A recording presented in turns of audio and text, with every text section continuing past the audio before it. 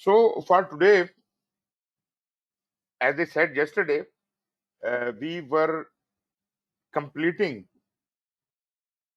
the various agile methods, and the last method we were studying was disciplined agile delivery. I just wanted to show you their different life cycles applicable in disciplined agile delivery. After that, I'll shift on to this topic which you can see on the screen. But ये मैंने slide सिर्फ इसलिए दिखाई थी कि आज का जो मेन टॉपिक है वो ये है, हम इससे असल में हमारा most of the lecture would be about value driven delivery. ठीक है जी. खैर, let me put on the last few slides of the previous presentation.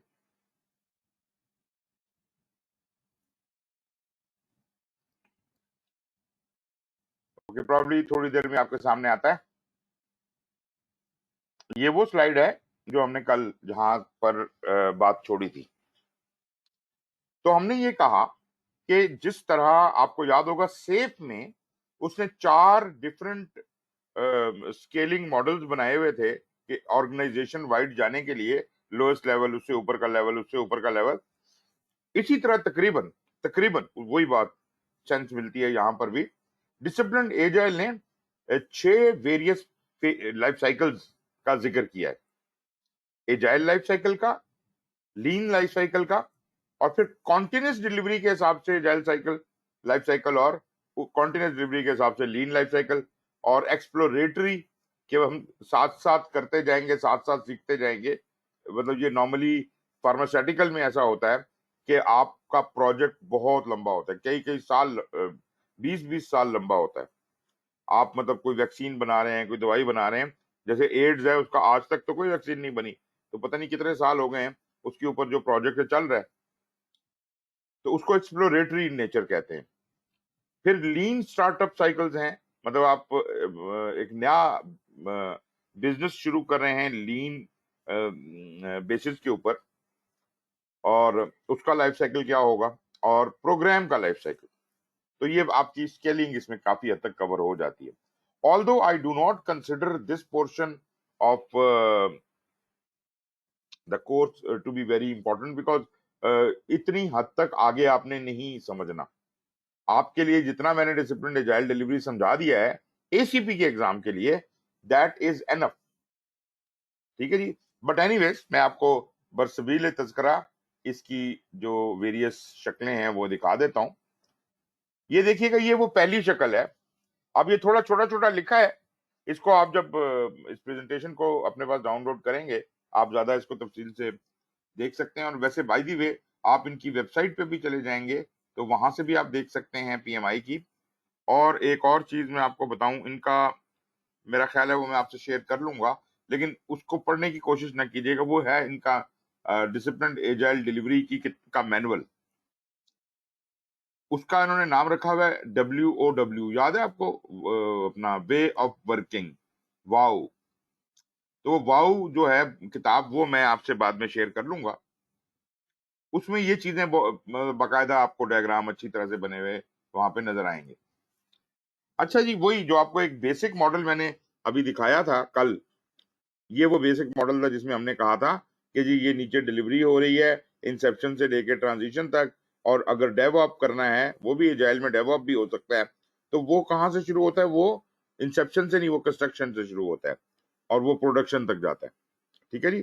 तो ये जितना आप आगे की तरफ जाते हैं उतना आप प्रोग्राम की तरफ बढ़ते चले जाते हैं.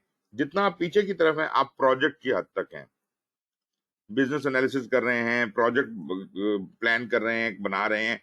लेकिन जब उसकी बल्क प्रोडक्शन शुरू हो जाती है उस आइटम की, जब वो तजर्बा कामयाब हो जाता है प्रोजेक्ट का, तो फिर हम प्रोडक्शन में चले जाते हैं. एनीवेज, तो ये तो खैर वो था. अब एजाइल लाइफ साइकिल को एक नजर देखिए.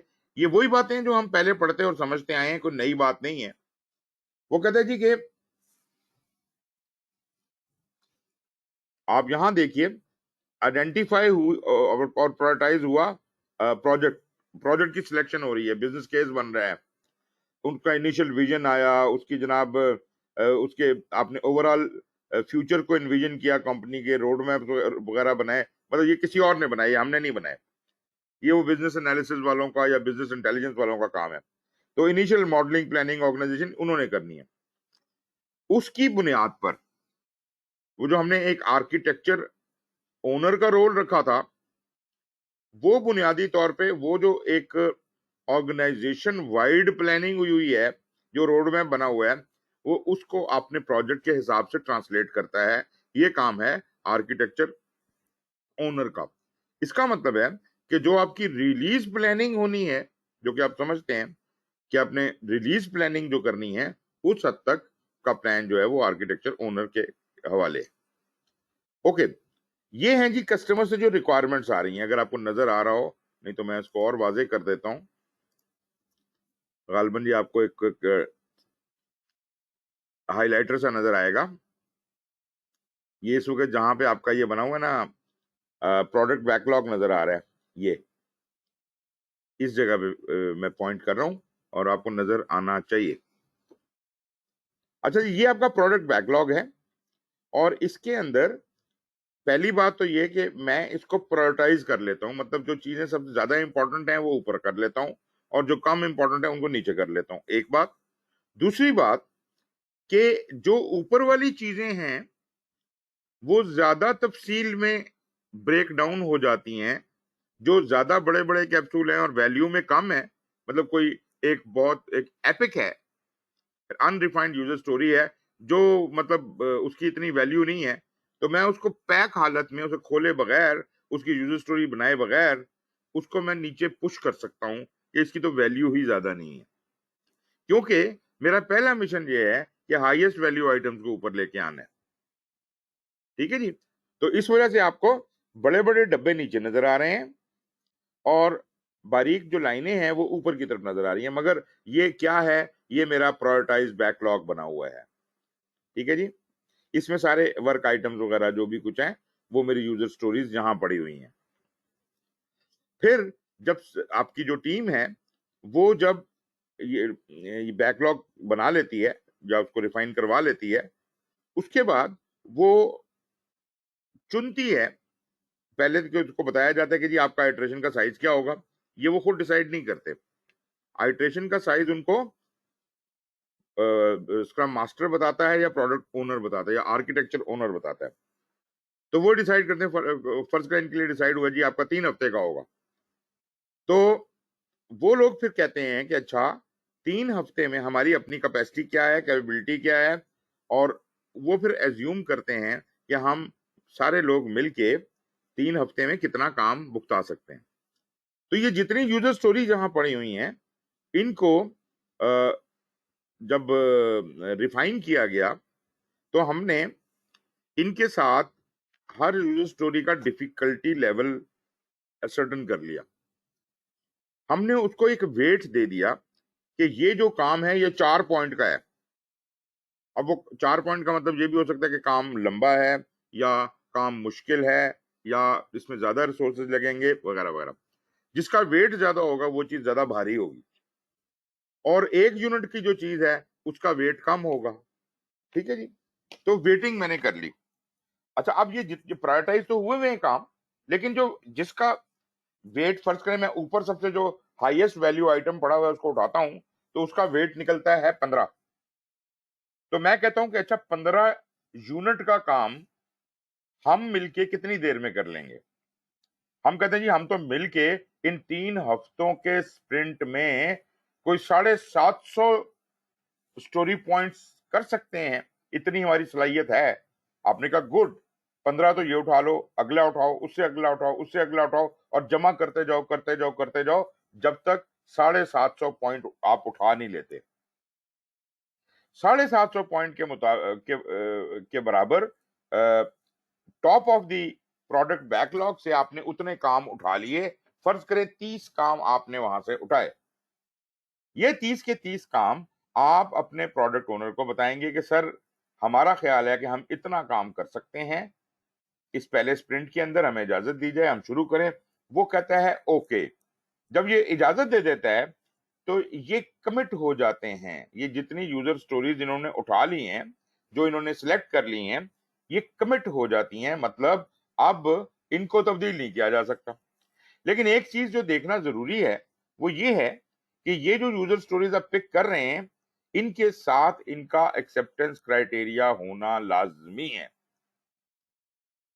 اگر وہ جیسے میں نے آپ کو پہلے بتایا تھا نا کہ کوالٹی والا مسئلہ ہو جاتا ہے کہ بھائی میں چیک کیسے کروں جو کسٹمر مانگ رہا ہے وہ کیسے پتا چلے گا کہ یہ چیز ٹھیک بن گئی ہے.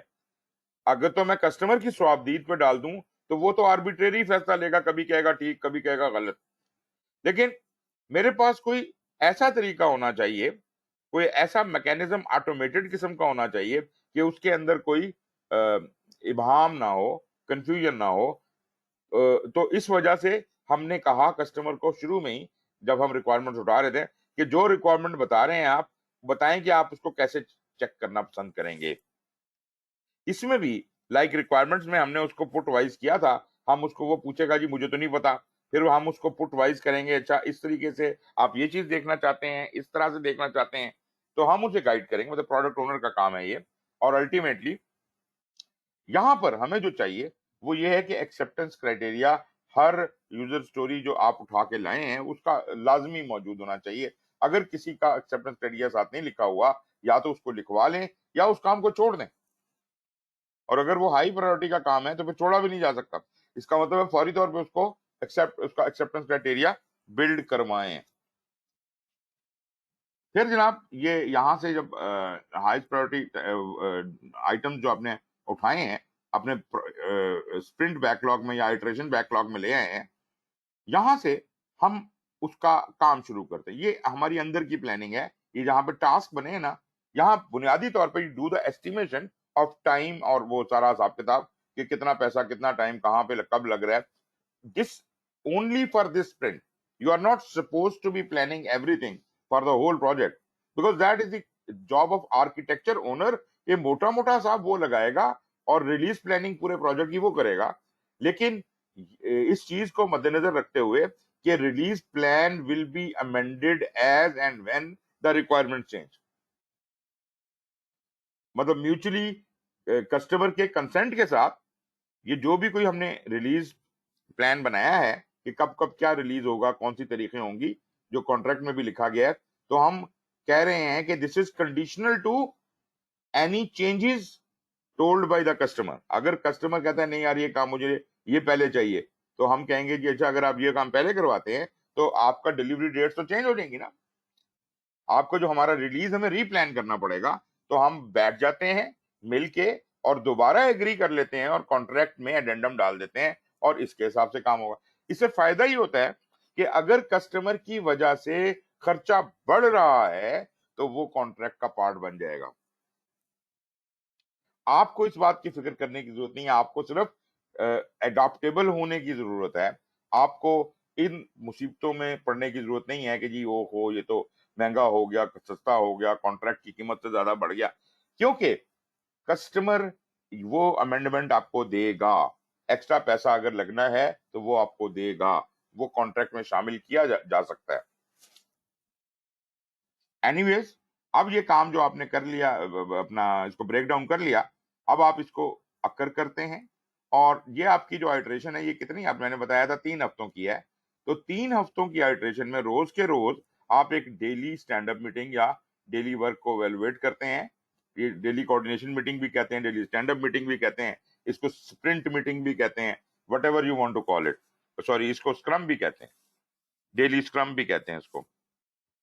اور اس کی مدت جیسے میں نے آپ کو بتایا تھا کہ 10 سے 15 منٹ ہوتی ہے, اور اس کے اندر ہم سارے ممبر جو کھڑے ہوتے ہیں اور کھڑے ہو کے یہ سب باری باری بتاتے ہیں کہ میں نے آج کیا ٹارگٹ تھا, میں نے کتنا اچیو کیا, کتنا رہ گیا, آئندہ میرا کیا پلان ہے, اور مجھے کیا کیا لمیٹیشنز یا امپیڈیمنٹس ہیں, تاکہ وہ اسکرم ماسٹر ان چیزوں کو دور کر دے ان دا مین وائل.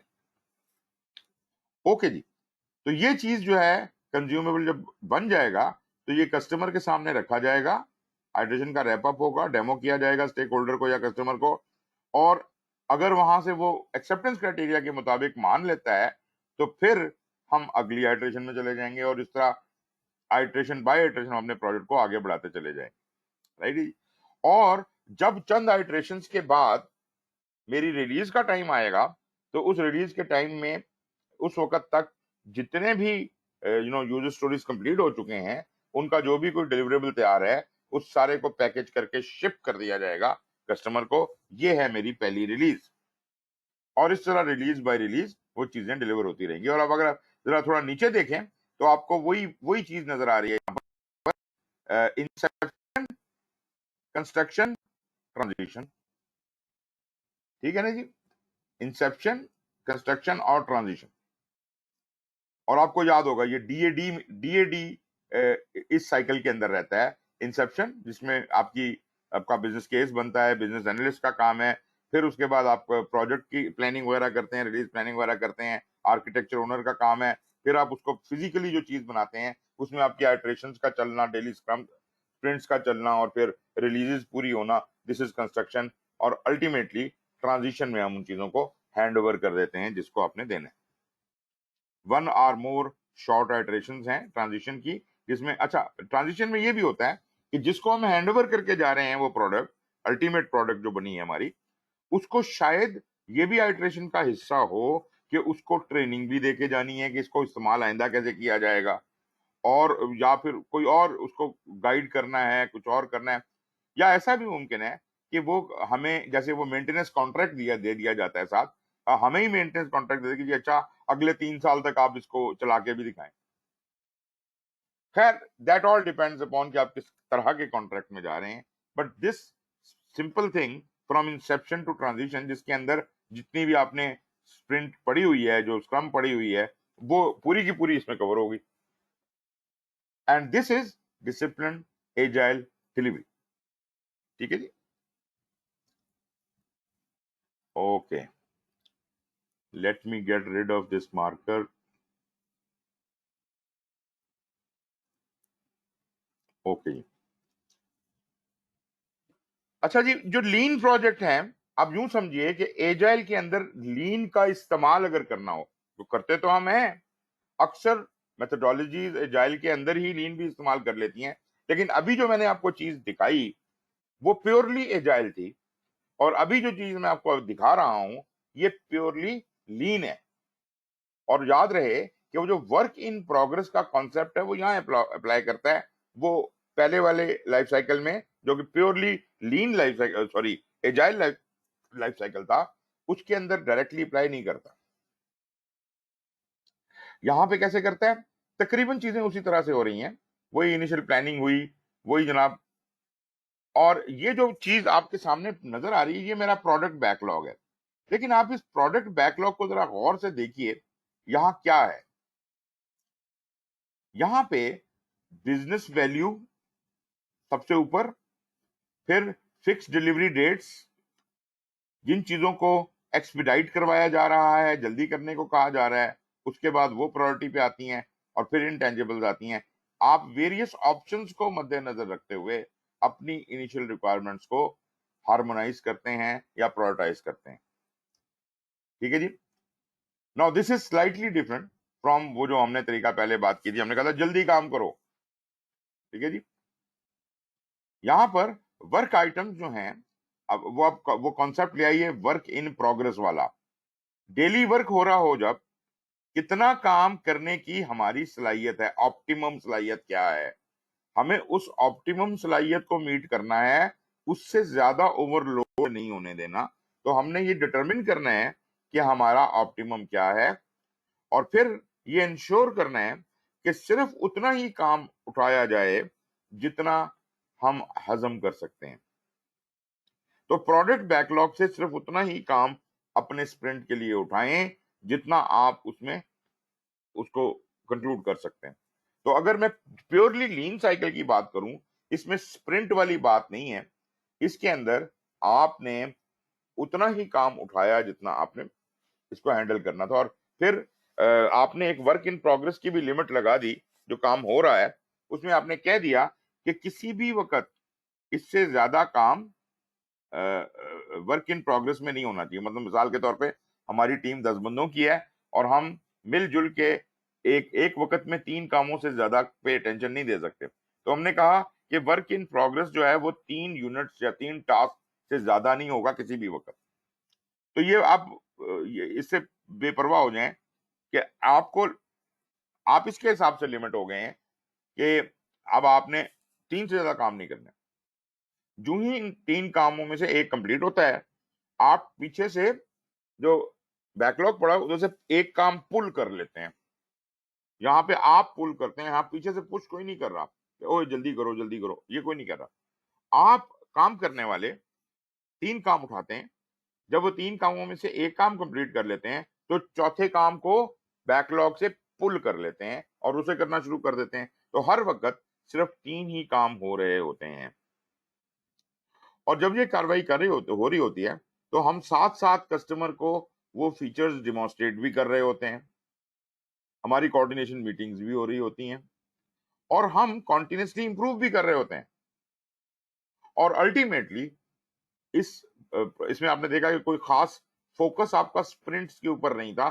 اس نے کہا جی کہ بس آپ کا بیک لاگ سے کام اٹھاتے جاؤ کرتے جاؤ اٹھاتے جاؤ کرتے جاؤ. دیر از نو نہ تو ادھر آئٹریشن کا ماحول ہے نہ کوئی اور ہے. بس پورا کام ہو جائے گا اسی طرح 3 کام کر کے آپ کمپلیٹ کرتے چلے جائیں اور ultimately you will release your product. ٹھیک ہے جی. اب اس میں آپ نے کیا غور کیا ایجائل لائف سائیکل میں کیا فرق تھا؟ ایجائل لائف سائیکل جو تھی وہ ٹائم باؤنڈ تھی. جو لین لائف سائیکل ہے وہ ٹائم باؤنڈ نہیں ہے، وہ ورک باؤنڈ ہے. ورک ان پروگرس کو لمٹ کر دیا گیا. لیکن ہم جو استعمال کرتے ہیں وہ ان دونوں کا ملغوبہ استعمال کرتے ہیں. عام طور پہ جو ڈفرنٹ میتھڈ ہم نے اب تک پڑھے ہیں ان کے اندر آپ نے یہ غور کیا کہ ایون اسکرم بھی ورک ان پروگرس کی ٹرمینالوجی استعمال کرتا ہے. تو اس کو بھی اگر آپ دیکھیں تو یہ جو لین والے طریقے کے ساتھ پروجیکٹ کیا جا سکتا ہے اس کو بھی ہم انسیپشن، کنسٹرکشن اور ٹرانزیشن سے گزارتے ہیں. ٹھیک ہے جی. یہ ہمارا دوسرا لائف سائیکل ہو گیا. پھر آپ آ جائیے کانٹینیوس ڈلیوری. یہ ان جگہوں پہ ہوتا ہے جہاں پہ کہ آپریشنل ایجلٹی کی ضرورت ہے اور ہم کوئی کام مسلسل کر رہے ہیں اور ساتھ ساتھ امپروومنٹ ریکوائرڈ ہے. تو ایجائل لائف سائیکل اگر speed is the prime thing تو ایجائل لائف سائیکل پہ جاؤں گا، اور اگر ایفیشنسی از پرائم تھنگ تو میں لین لائف سائیکل پہ جاؤں گا. اگر دونوں ہیں تو پھر دونوں کا کوئی ہائبرڈ بناؤں گا. So in agile life cycle highest priority items ہی آپ کے جو آئٹریشن بیک لاگ میں آئیں گے، ان کے ٹاسک بنیں گے، وہی کہانی ساری کی ساری، اور کنٹینیوسلی یہ ڈیلیور ہوتا رہے گا اور سائیکل واپس آتا رہے گا. لیکن فرق اس میں کیا ہے کہ جو نارمل پروجیکٹ تھا وہ تو ختم ہو جاتا ہے نا. کنٹینیوس ڈیلیوری آپریشن کے اوپر بھی کنڈکٹ ہو سکتا ہے اور it can continuously keep happening and keep improving your systems. This modern agile stable team life cycle is based on scrum. مطلب بنیادی اسٹرکچر وہی ہے اسکرم والا، لیکن یہاں آپ ایک بنے بنائے سسٹم کو کانٹینیوسلی اس کے اوپر ڈلیور کر رہے ہیں اور کانٹینیوسلی اس کو انہانس اور امپروو کر رہے ہیں. اگر میں اسی کانٹینیوس ڈلیوری کو لین سائیکل کی طرف لے جاؤں تو یہاں پہ وہ والی میپنگ لے آئیں لین لائف سائیکل والی کہ یہ کام تو کنٹینیوس ہے لیکن جو کام آتے جا رہے ہیں وہ میں بیک لاگ میں رکھ رہا ہوں اور یہ وہاں سے پل کر کے اپنے ورک ان پروگرس کے حساب سے کاموں کو اکمپلش کرتا جا رہا ہے اور الٹیمیٹلی وہ واپس آپریشن میں چلتے جائے، ریلیز ہوتا ہے اور آپریشن میں چلا جاتا ہے. یہ آپ کا ڈی اے ڈی کا کنٹینیوس ڈلیوری لائف سائیکل ہے لین کے حوالے سے. ایجائل کا الگ بتایا اور اس کا لائف سائیکل لین کا الگ بتایا. اور جو پہلے میں 2 ڈسکس کیے ہیں آپ سے، پیورلی ایجائل اور purely lean, this is purely for the projects. ایک پروجیکٹ ایجائل طریقے سے ہی کرنا ہے ایجائل لائف سائیکل سے تو وہ پہلے والا، اگر اس کو لین والے طریقے سے کرنا ہے تو اس طرح. لیکن پروجیکٹ کیا کرتا ہے؟ پروجیکٹ ایک انیشیٹو ہے جو کام ختم ہو جاتا ہے تو اس کے بعد وہ ڈلیور کر دیتا ہے. لیکن جہاں جب کنٹینیوس ڈلیوری ہے تو we are probably talking about the running operations, چلتے ہوئے آپریشنس کو چلتے چلتے کس طرح ہم کنٹینیوسلی امپروو اور ڈلیور کر سکتے ہیں. تو اس میں بھی ہم نے ایجائل کا بھی استعمال کیا اور لین کا بھی کیا. اب آ جاتے ہیں ایکسپلوریٹری. ایک ایسا کام ہم کر رہے ہیں جس میں ہمیں کچھ پتہ ہی نہیں ہے. جیسے وہ میں نے آپ کو کہا فارماسیوٹیکل میں اب آپ کو کہا جاتا ہے جی کووڈ کی ویکسین بنا کے لاؤ. تو انہوں نے پہلے آئیڈیا کو سنا، پھر اس کو انویژن کیا، پھر اپنا ایک ہائپوتھیسس بنایا کہ ہمارا خیال ہے کہ ایسا افریقہ کے جنگلوں میں اس کی کوئی دوائی موجود ہوگی۔ اس کی بنیاد پہ جو بھی ہائپوتھیسس تھا، آپ نے you started building minimum viable product. اس کے اوپر میں اور بھی بات کروں گا، لیکن منیمم وائبل پروڈکٹ کا نام یاد رکھیے گا، انشاءاللہ جو اگلا والا پورشن آ رہا ہے اس کے اندر یہ ڈسکس ہوگا۔ تو ہم کیا کرتے ہیں کہ وہ منیمم وائبل پروڈکٹ ڈپلوائے کرتے ہیں۔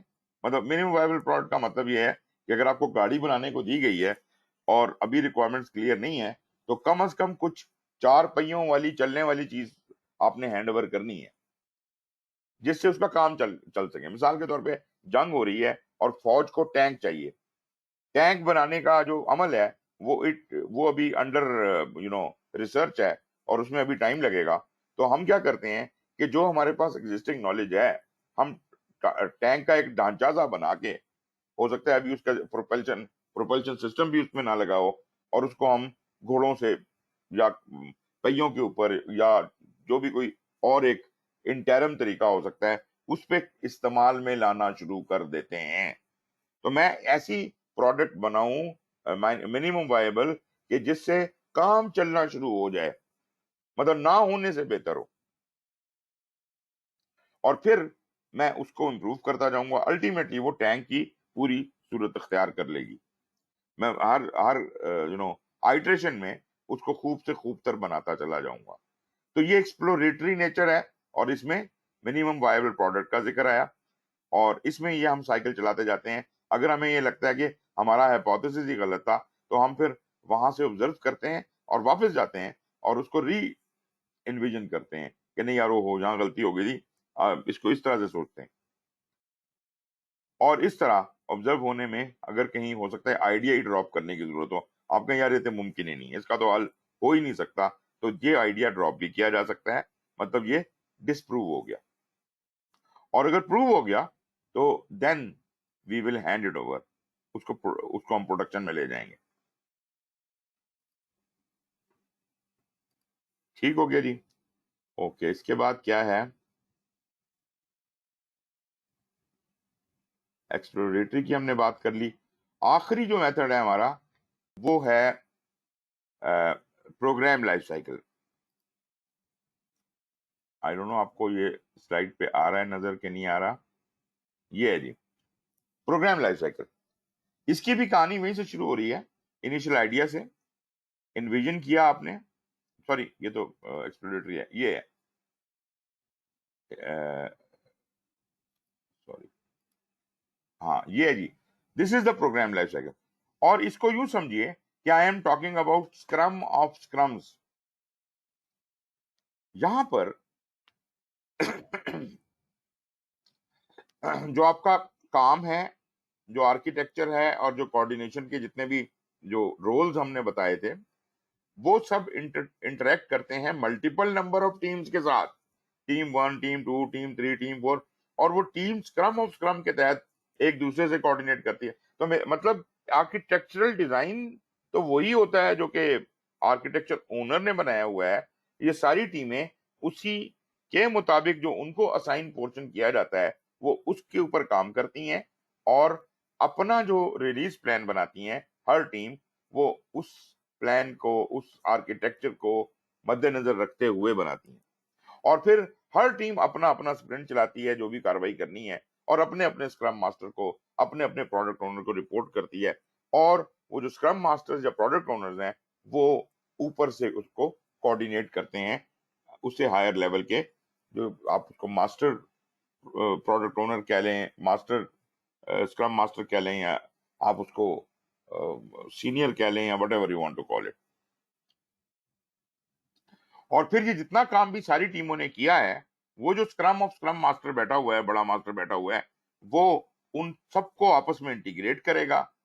ٹیموں کے آپس کے مسائل ہیں، فلانی ٹیم نے ہمیں یہ چیز دینی تھی اور فلانے نے یہ کرنا تھا، تو یہ مسائل سارے وہ ریزالو کرتا ہے، اور الٹیمیٹلی یہاں سے پھر ہم اسی طرح پروگرامز کی ریلیز نکالنا شروع کرتے ہیں، سولوشن کو پروڈکشن میں دیتے ہیں اگر وہ واقعی کامیاب ہے، اور پھر اسے آپریٹ کرنا شروع کر دیتے ہیں۔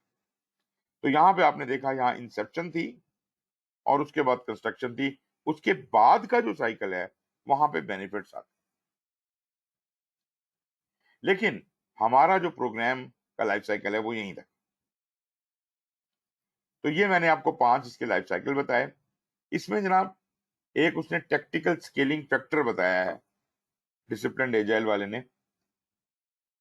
اس نے کہا جی ٹیم سائز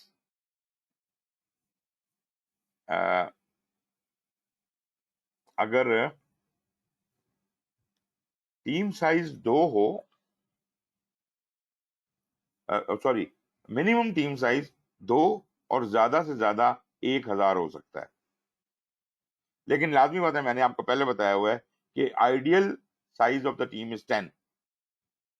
آپ اس سے 4 کم یا 4 زیادہ کر سکتے ہیں، بٹ 2 سے گزارا کیا جا سکتا ہے، لیکن probably this is not a very good figure. Similarly 1000 is not a very good figure.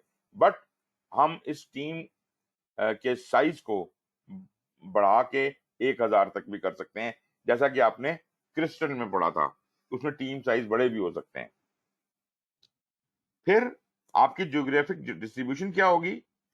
ویسے تو ہماری خواہش یہ ہے کہ جو لوگ بھی ٹیم میں ہوں وہ اکٹھے بیٹھ کے کام کریں. دے آل مسٹ بی کو-لوکیٹڈ اف پاسبل. اور اگر وہ گلوبل ہیں تو پھر شاید ہمیں ورچوئل جانا پڑے. جہاں تک آرگنائزیشنل ڈسٹریبیوشن کی بات ہے، ہم ایک سنگل ڈویژن کے اندر بیٹھ کے کام کر رہے ہوں یا ہم آؤٹ سورس کر رہے ہیں، ٹھیکہ کسی کو دے کے کام کروا رہے ہیں.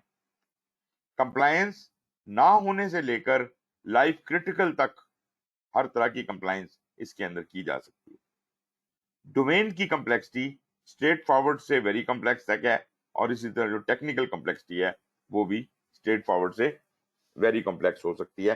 یہ ہم بات کر رہے ہیں کہ ڈسپلن ایجائل اتنی رینج میں گیم کھیل سکتا ہے. چھوٹی سے چھوٹی ٹیم 2 بندوں سے 1000 بندوں تک کا کام کرایا جا سکتا ہے.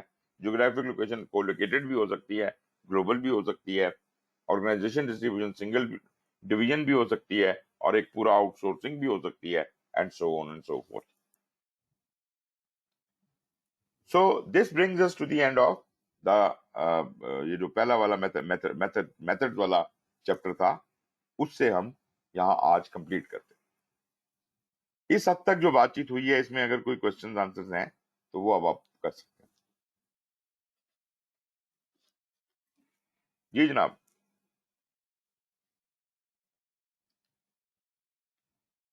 میرا خیال ہے کہ یہ جو کچھ ہم پڑھ رہے ہیں، اس سے جو پہلے پڑھا ہوا ہے اس میں تھوڑی تھوڑی وضاحت ضرور آئے گی، لیکن مجھے یقین ہے کہ کوئی ڈیفیکلٹیز بھی ہوں گی، کوئی کانسیپٹ لنگو کا مسئلہ ہو سکتا ہے. تو اگر کوئی اپیرنٹلی ایسی چیز ہے جو نہیں سمجھ آ رہی تو اس کو ہم ڈسکس کر سکتے ہیں.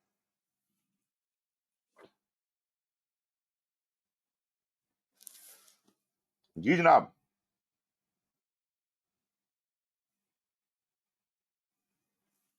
مجھے آواز نہیں آ رہی، کیا میرا اسپیکر ٹھیک ہے کہ نہیں ہے؟ کوئی بول رہا ہے کہ نہیں بول رہا؟ سر آواز آ رہی ہے جی، کلیئر آ رہی ہے. اچھا اچھا، میں نے کہا کہ میرا اسپیکر خراب نہ ہو. اچھا جی. تو یہ ذرا مشکل پورشن تھا، لیکن میں نے کہا کہ بات تو سمجھ آئی ہے کہ نہیں آئی ہے.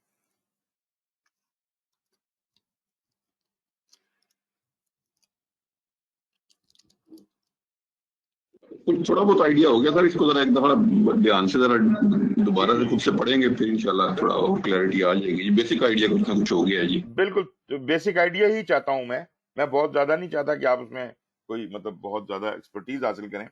اتنا کافی ہے، اتنا جان لینا کافی ہے کہ ڈسپلنڈ ایجائل کے اندر کون کون سی لائف سائیکلیں ہوتی ہیں. ٹھیک ہے جی. اور جنرلی یہ پتا چل جائے گی یہ کام کیسے کرتی ہیں. اس سے زیادہ آپ سے کوئی ایکسپیکٹیشن بھی نہیں ہے کہ آپ کو پتہ نہیں سب کچھ کے بارے میں جان لیں گے. اس کی الگ سرٹیفکیشن ہے ڈسپلن ایجائل کی، جو کافی ٹف ہے. تو جب اس کی باری آئے گی تو وہ بھی کر لیں گے، لیکن فار دا ٹائم بینگ جو ہماری نیڈ ہے وہ اس کام سے پوری ہوتی ہے. اچھا جی، اگر اور ادھر کوئی کوشچن نہیں ہے تو میں چلتا ہوں اگلے چیپٹر کی طرف، اور اس کا میں نے کیا نام آپ کو بتایا تھا؟ Value driven delivery. یہ بھی آپ کے سامنے آ جائے گا.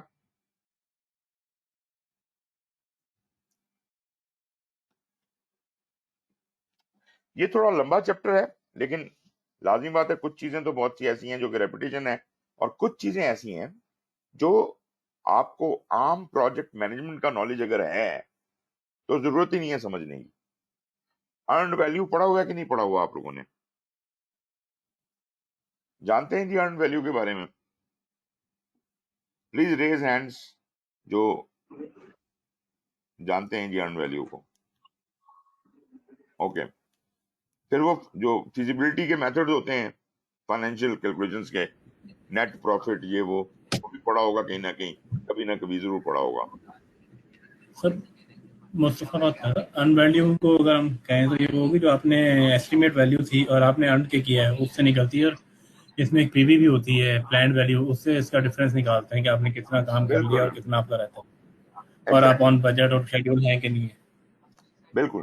تو ارنڈ ویلیو والا جو میتھڈ ہے وہ ایجائل میں بھی استعمال ہو سکتا ہے۔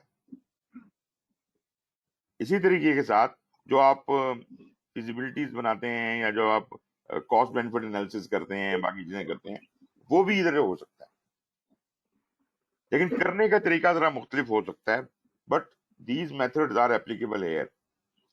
اینی ویز ہم بات شروع کرتے ہیں ویلیو ڈریون ڈلیوری کی۔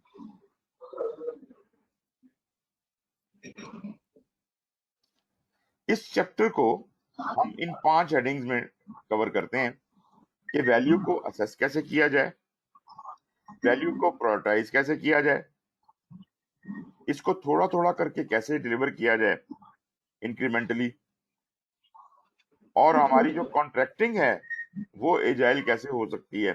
جو میں نے آپ کو اشارہ دے بھی چکا ہوں کہ کانٹریکٹ بھلے سائن ہوا ہو، لیکن اگر تو کسٹمر خود چینجز کروائے گا تو لازمی بات ہے اس کی ذمہ داری بھی اس کی ہے نا۔ تو we are ready to do whatever he wants us to do, but he will have to pay for that, for any additional job. یہ تو بڑی فیئر بات ہے، اس میں تو کوئی وہ دو نمبری نہیں ہے۔ اور اس کے علاوہ جو ایک آخری امپورٹنٹ چیز ہے وہ ہے کہ جو ویلیو ہے اس کو ہم جانچیں گے کیسے کہ کیا واقعی یہ ویلیو ڈلیور ہو گئی ہے۔ وہ جو میں نے بات کی تھی نا کہ ایکسیپٹنس کرائٹیریا، اس کو ویریفائی اور ویلیڈیٹ کیسے کیا جائے گا، کون آ کے یہ ثبوت دے گا کہ ویلیو ڈلیور ہوگی۔ تو میں نے کہا تھا کہ بجائے اس کے کہ کسی ہیومن انٹیلیجنس کے اوپر ریلائی کیا جائے، ہم میتھڈس کے اوپر یا ایسے ٹولز کے اوپر ریلائی کریں گے جن کو ہم انڈائسز کہتے ہیں۔ یہ انڈیکس ہے، اس چیز کو ناپنے کا انڈیکس ہے کہ جو ارنڈ ویلیو میں آپ لوگ پڑھتے ہیں اسکیجول پرفارمنس انڈیکس اور کاسٹ پرفارمنس انڈیکس، یہ انڈیکس ہیں، اور یہ انڈیکس جو ہیں یہ کے پی آئی سے بنتے ہیں، کی پرفارمنس انڈیکیٹرز۔ تو وہ انڈیکیٹرز کیا ہوں گے جو یہ بتائیں گے کہ ویلیو واقعی ڈلیور ہو گئی ہے۔ تو یہ ہے جی ہمارا اسکوپ۔ اس میں اسیسنگ کے اندر فائنینشیل اسسمنٹ بھی آ جاتی ہے، ارنڈ ویلیو بھی آ جاتی ہے، ایجائل پروجیکٹ کاؤنٹنگ بھی آ جاتی ہے، کے پی آئیز بھی آ جاتے ہیں، رسک کی مینجمنٹ بھی آ جاتی ہے، اور ریگولیٹری کمپلائنس، اگر کوئی گورنمنٹ کی طرف سے آپ کے اوپر کوئی ریگولیشن ہے کہ آپ نے یہ کام ایسے کرنا ہے، مطلب اتنے پیسے آپ نے گورنمنٹ کو ٹیکس دینے ہیں، یا آپ یہ کام نہیں کر سکتے، یا جیسے اسلام آباد میں بلڈنگ کوڈ ہے کہ ایک خاص ہائٹ سے اوپر آپ بلڈنگ نہیں بنا سکتے، تو کیا ریگولیشن ہے اور اس کی کیسے کمپلائنس کرنی ہے۔ جہاں تک پرائورٹائزیشن کا تعلق ہے ویلیو کا، اس میں کسٹمر ویلیوڈ پرائورٹائزیشن ہونی چاہیے۔ تو ہم جو بھی پرائورٹائزیشن لیں گے کسٹمر سے لیں گے۔ پرائورٹائزیشن کی سکیمز ہوں گی، ریلیٹو پرائورٹائزیشن کی رینکنگ ہوگی، پھر جب ہم ڈلیور کر رہے ہیں انکریمنٹلی اس میں پھر منیمم وائبل پروڈکٹ کہ یہ تھوڑا بہت چلتی حالت میں یہ چیز لے لیں، اگلی قسط میں اور بھی بہتر کر دوں گا، اگلی قسط میں اور بھی بہتر کر دوں گا، اور بالکل آخری قسط میں آپ کو پروڈکٹ ڈلیور کر دوں گا۔ جی وہ ایکچولی میں لائٹ نہیں دی ہے، میں اندر کا فون کرنا کھول دیں دینے تالا میں جو آپ بار تالی لا جانا وا کہ اچھا جی، اس کے بعد ایجائل ٹولز ہیں، इसमें लो टेक हाई टच टूल्स की बात होगी, कैनबैन बोर्ड जो मैं आपको पहले भी जिक्र कर चुका हूँ, वर्क इन प्रोग्रेस, WIP की लिमिट्स क्या रखनी है, कम्युलेटिव फ्लो डायग्राम, फिर जनाब bottlenecks and the theory of constraint, ये सब बातों का जिक्र करेंगे हम। फिर एजाइल कॉन्ट्रैक्टिंग के अंदर एजाइल के कंस्ट्रेंट्स क्या होते हैं और उसके कॉन्ट्रैक्ट कैसे होते हैं। DSDM जो है ये यूके बेस्ड एक मेथड है। जब DSDM मतलब एजाइल बेस्ड जो कॉन्ट्रैक्ट्स हैं वो कैसे किए जाते हैं यूके में, money for nothing and change for free, ये एक कॉन्सेप्ट किसी ने दिया था और बहुत इंटरेस्टिंग कॉन्सेप्ट है कि मैं अगर कोई मतलब मैंने कॉन्ट्रैक्ट में तो लिख दिया ना कि मैं ये काम करूंगा, अगर तो आपने मुझसे वो काम ना करवाया जो कॉन्ट्रैक्ट में एग्रीड है, पैसे मुझे फिर भी मिलेंगे। गौर कीजिएगा, ये बड़ी इंपॉर्टेंट बात है। कॉन्ट्रैक्ट में है कि भाई मुझसे आपने 10 काम करवाने हैं, लेकिन आपने बाद में तब्दीलियां बता दी। अब तब्दीली में जो एक काम कॉन्ट्रैक्ट में लिखा हुआ था वो आपने मुझसे नहीं कराया, लेकिन आप कॉन्ट्रैक्ट चेंज नहीं करना चाहते, तो मुझे वो काम जो आपने मुझसे नहीं करवाया उसके आप मुझे पैसे दे दें, क्योंकि वो कॉन्ट्रैक्ट में तो लिखा हुआ था। और अगर आप कोई चेंज बताएंगे तो उसके बदले में मैं आपकी वो तब्दीली फ्री में कर दूंगा। मतलब एक हाथ से छोड़ो और दूसरे हाथ से ले लो। अगर आप कॉन्ट्रैक्ट में कोई तब्दीली नहीं चाहते तो ये एक थ्योरी उसने दी कि money for nothing, pay me money for nothing and then change for free. मैं आपको चीजें जो तब्दीली आप कह रहे हैं वो कर दूंगा और उसको चार्ज नहीं करूंगा। एनीवेज, ये एक तरीका है कॉन्ट्रैक्टिंग करने का, और भी तरीके हैं। ग्रेजुएटेड फिक्स प्राइस कॉन्ट्रैक्ट्स हैं कि आप क्या करते हैं कि थोड़े थोड़े पोर्शंस को फिक्स करते जाते हैं, पूरा प्रोजेक्ट नहीं फिक्स होता।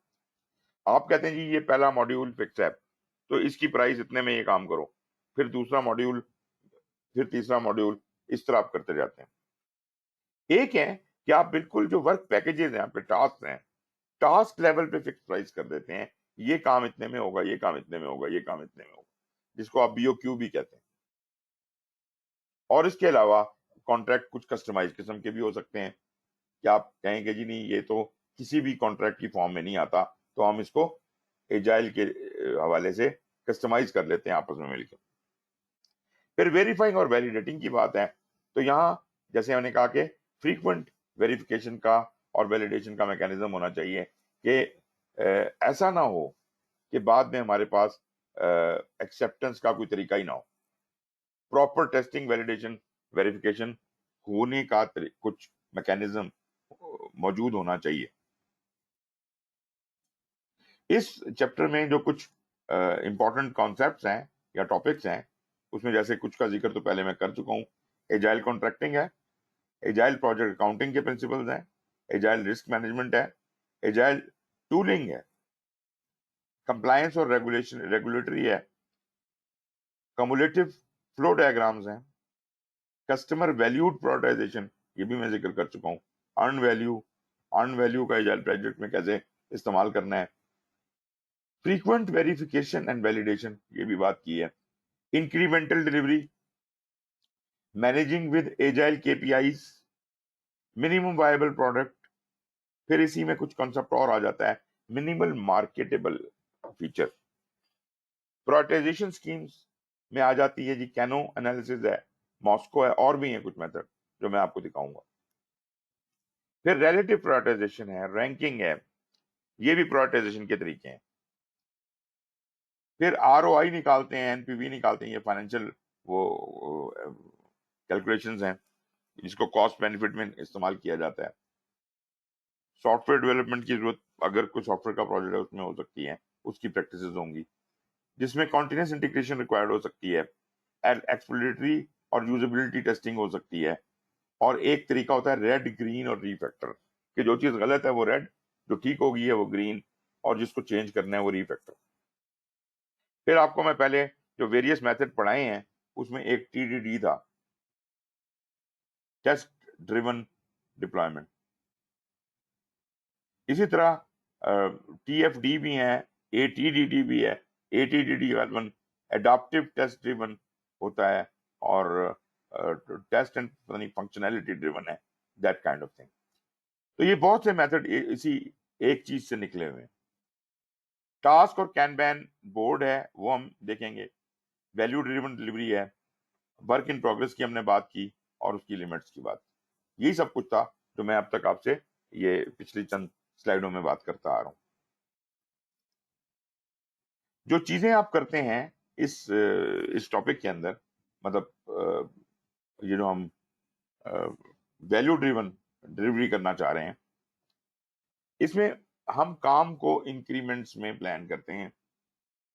پھر ہم کنسنسس گین کرتے ہیں, اپنا کسٹمر کا سب لوگوں کا ملا کے کنسنسس گین کرتے ہیں, تاکہ ہم just in time acceptance criteria پہ عمل کر سکیں. ایسا نہ ہو کہ ایکسیپٹنس کرائٹیریا پہ کنسنسس نہ ہو, میں کچھ اور کہہ رہا سمجھ رہا ہوں, کسٹمر کچھ اور سمجھ رہا ہو, اور پھڈا پڑ جائے.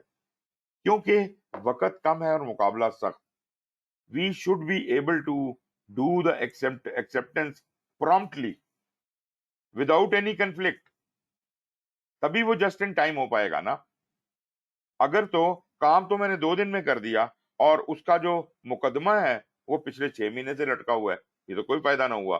تو وی وانٹ کہ اگر 2 دن میں کام ہوا ہے تو اس کا ایکسیپٹنس کرائٹیریا 2 دن کے بعد فٹافٹ. ٹھیک ہے جی. تو میوچلی ایکسیپٹنس کرائٹیریا کو پہلے سے ایگری کر کے رکھیں, تاکہ یہ پھڈے نہ کرے ہوں. Tune process to organization, team and project. ہم کہتے ہیں کہ ہم ٹیلر کریں اپنے ادارے, اپنے پروجیکٹ اور اپنے لوگوں کے حساب سے. تو جو بھی میتھڈ آپ استعمال کر رہے ہیں اس کو آپ ٹیلر کر لیں. Release minimum viable product. وہ جو گاڑی آپ کو بنانے کو دی گئی ہے, وہ پوری گاڑی تو جب بنے گی تو بنے گی, لیکن آپ کم از کم کوئی اس کا چلتا کوئی ماڈل تو پیش کریں, کوئی درمیانی ورژن تو پیش کریں, جس سے کسٹمر کو کوئی تسلی ہو. یا جیسے میں نے جنگ کی اگزامپل دی تھی, ہم نے کہا کہ بالکل ہی کیا کہتے ہیں بیئر بیک سسٹم ہو. ٹینک تو بعد میں بنے گا, لیکن ابھی ایک ٹینک کا انجن لگا کے آپ نے کوئی ایک پلیٹ فارم سا چلا دیا ہے, یا آپ نے ٹینک کی باڈی بنا کے اور نیچے سے آپ نے اس کو میکینزم جو کھینچنے کا کوئی مینول رکھا ہوا ہے. تو یہ منیمم وائبل پروڈکٹ کہ کچھ نہ کچھ کام تو کرے گی, لیکن دس از ناٹ دا لاسٹ, بالکل فائنل ایکسیپٹنس کے لیے تیار نہیں ہے. اور اس طرح ہم اس کو منیمم وائبل پروڈکٹ کے کئی ورژن سے گزارتے الٹیمیٹ ورژن تک لے جائیں گے. ورک ان اسمال بیچز, یہ تو ایجائل میں ہم کرتے ہی ہیں, چھوٹی ٹیم میں کام کرتے ہیں.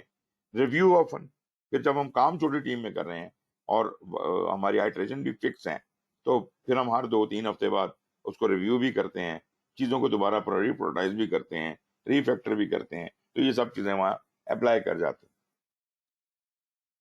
Optimise environmental, operational and infrastructure directors, ان سے جتنا زیادہ سے زیادہ فائدہ اٹھایا جا سکتا ہے وہ اٹھا لیں, آپٹیمائز کریں ان کے use. Review and check point often, ایک تو اس نے وہاں کہا کہ ریویو کرتے رہیں, اور اس کے بعد اس نے جنرلی ایک پوائنٹ دیا کہ ریویو جیسے مائل سٹونز ہوتے ہیں, تو مائل سٹونز پہ ریویو ہونا چاہیے. یہ بڑے لیول کی, ہائی لیول کی بات ہو رہی ہے. Balance adding value and reducing risk, کس طرح ہم ان دونوں چیزوں میں بیلنس اسٹرائک کر سکتے ہیں کہ ویلیو بھی خوب سے خوب تر اور رسک بھی کم سے کم تر. یہ بڑا امپورٹنٹ پوائنٹ ہے. ویلیو بھی خوب سے خوب تر اور رسک بھی کم سے کم تک, ان دونوں چیزوں میں بیلنس اسٹرائک کرنا ہے. ایسا نہ ہو کہ ویلیو ایڈ کرنے کے چکر میں ہم ہائی رسک ایریا میں داخل ہو جائیں. اس بات کا بھی خیال رکھنا ہے کہ اگر ویلیو ایڈ ہو رہی ہے تو بچا کے صاف ستھرے راستے سے گزرنے کی کوشش کریں, کہیں آپ کا پاؤں کسی بارودی سرنگ پہ نہ آ جائے. تو رسک نہیں لینا. ویلیو ایڈ کرنے کا مطلب یہ نہیں ہے کہ آپ ہائی رسک ٹیکر ہو جائیں. रिस्क नहीं लेना, ऐसी जगह तलाश करनी है जिसमें वैल्यू भी, रंग भी चौखा है, ठीक है जी, और रिस्क भी कोई ना हो. Reprioritize periodically to maximize value. फिर prioritize नॉन फंक्शनल रिक्वायरमेंट्स. अब फंक्शनल रिक्वायरमेंट्स कौन सी होती हैं और नॉन फंक्शनल रिक्वायरमेंट्स कौन सी होती हैं, गालिबन अक्सर लोगों को इसकी समझ नहीं होती.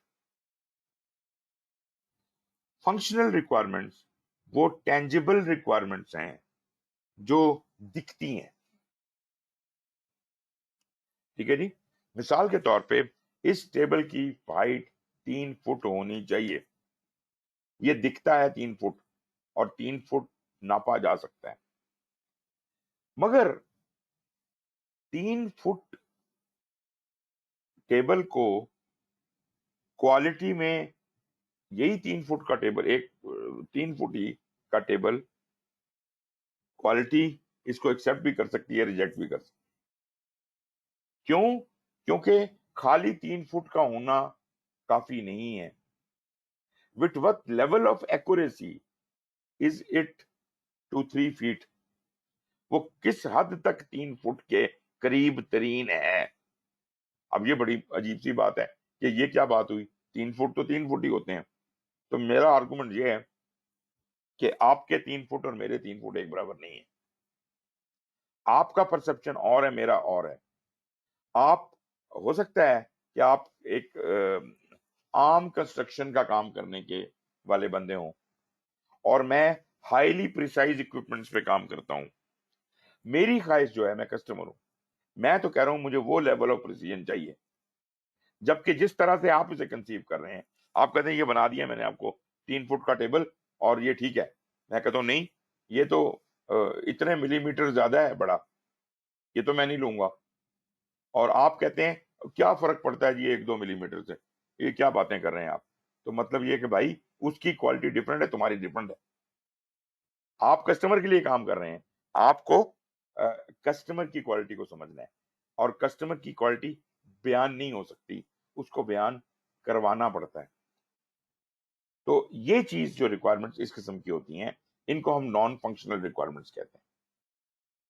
फंक्शनल रिक्वायरमेंट है कि वो कितनी हाइट है टेबल की, और नॉन फंक्शनल रिक्वायरमेंट है कि उस हाइट में कितना flexibility upper and lower level किया जा सकता है. मतलब आपको क्लाइंट कह रहा है कि 2 मिलीमीटर प्लस माइनस तो मैं बर्दाश्त कर लूंगा, इससे ज्यादा रिजेक्ट कर दूंगा. इसका मतलब है आपके पास जो प्ले अवेलेबल है, जो अलाउएबल मार्जिन ऑफ एरर है, वो प्लस माइनस 2 सूत्र है, ठीक है जी. और this is a functional requirement. Anyway जी, ये तो खैर वो चीजें हो गई. पता है आपको किताबें, ये सारी किताबें आपके पास होनी चाहिए पढ़ने के लिए, एग्जाम के लिए. पीएमबीओ के है, एजाइल की किताब है, और पीएमआई एसीपी रीटा मलकेही की बुक है, अच्छी बुक. और स्क्रम, जैसे मैंने आपको पहले भी पढ़ा चुका हूं अक्सर लोगों को, तो स्क्रम की किताब तो वैसे ही बहुत आला है. उसको आप एजाइल में, क्योंकि ज्यादातर स्क्रम इस्तेमाल हो रहा है, तो स्क्रम को समझने के जो ज्यादा बातें स्क्रम के बारे में यहाँ नहीं समझ आती हैं, वो वहां से समझ आ गई.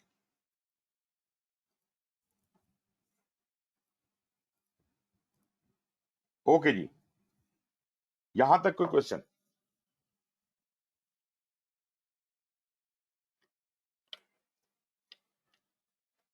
जी जनाब.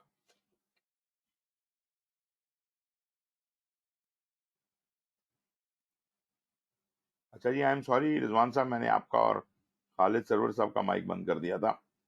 बुनियादी तौर पे वो वजह ये थी कि आपके बैकग्राउंड से नॉइज आ रही थी, तो आप सुन नहीं रहे थे आवाज, तो इसलिए मैंने बंद कर दिया. जी, एनी क्वेश्चन? अभी अभी मैंने ऑन कर दिया. जी शुक्रिया सर. जी जनाब, और कोई क्वेश्चन? सर इसमें रीफैक्टर की एक टर्म आई थी, वो क्या था? रीसाइज करना, रीफैक्टर करना, चीज को दोबारा से उसको रीडिजाइन करना, यूं समझ लीजिए, रीडिजाइन करना. अच्छा ठीक.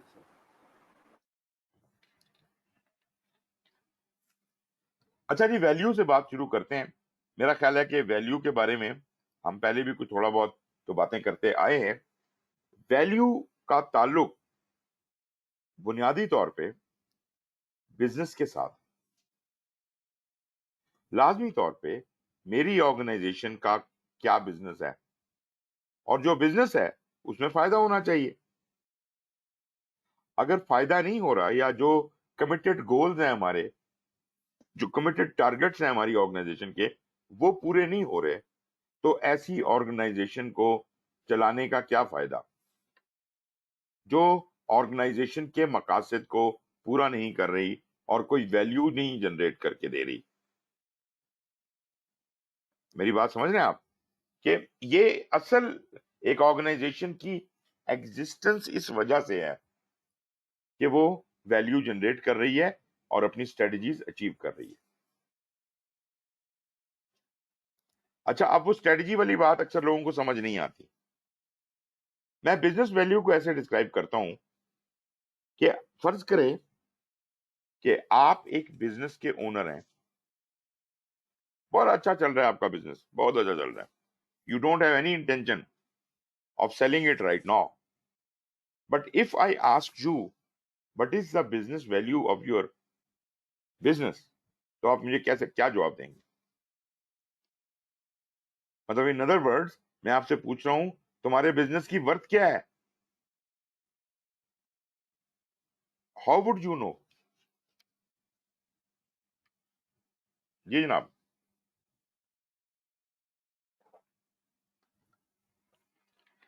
آپ کے بزنس کی ورتھ کیا ہے؟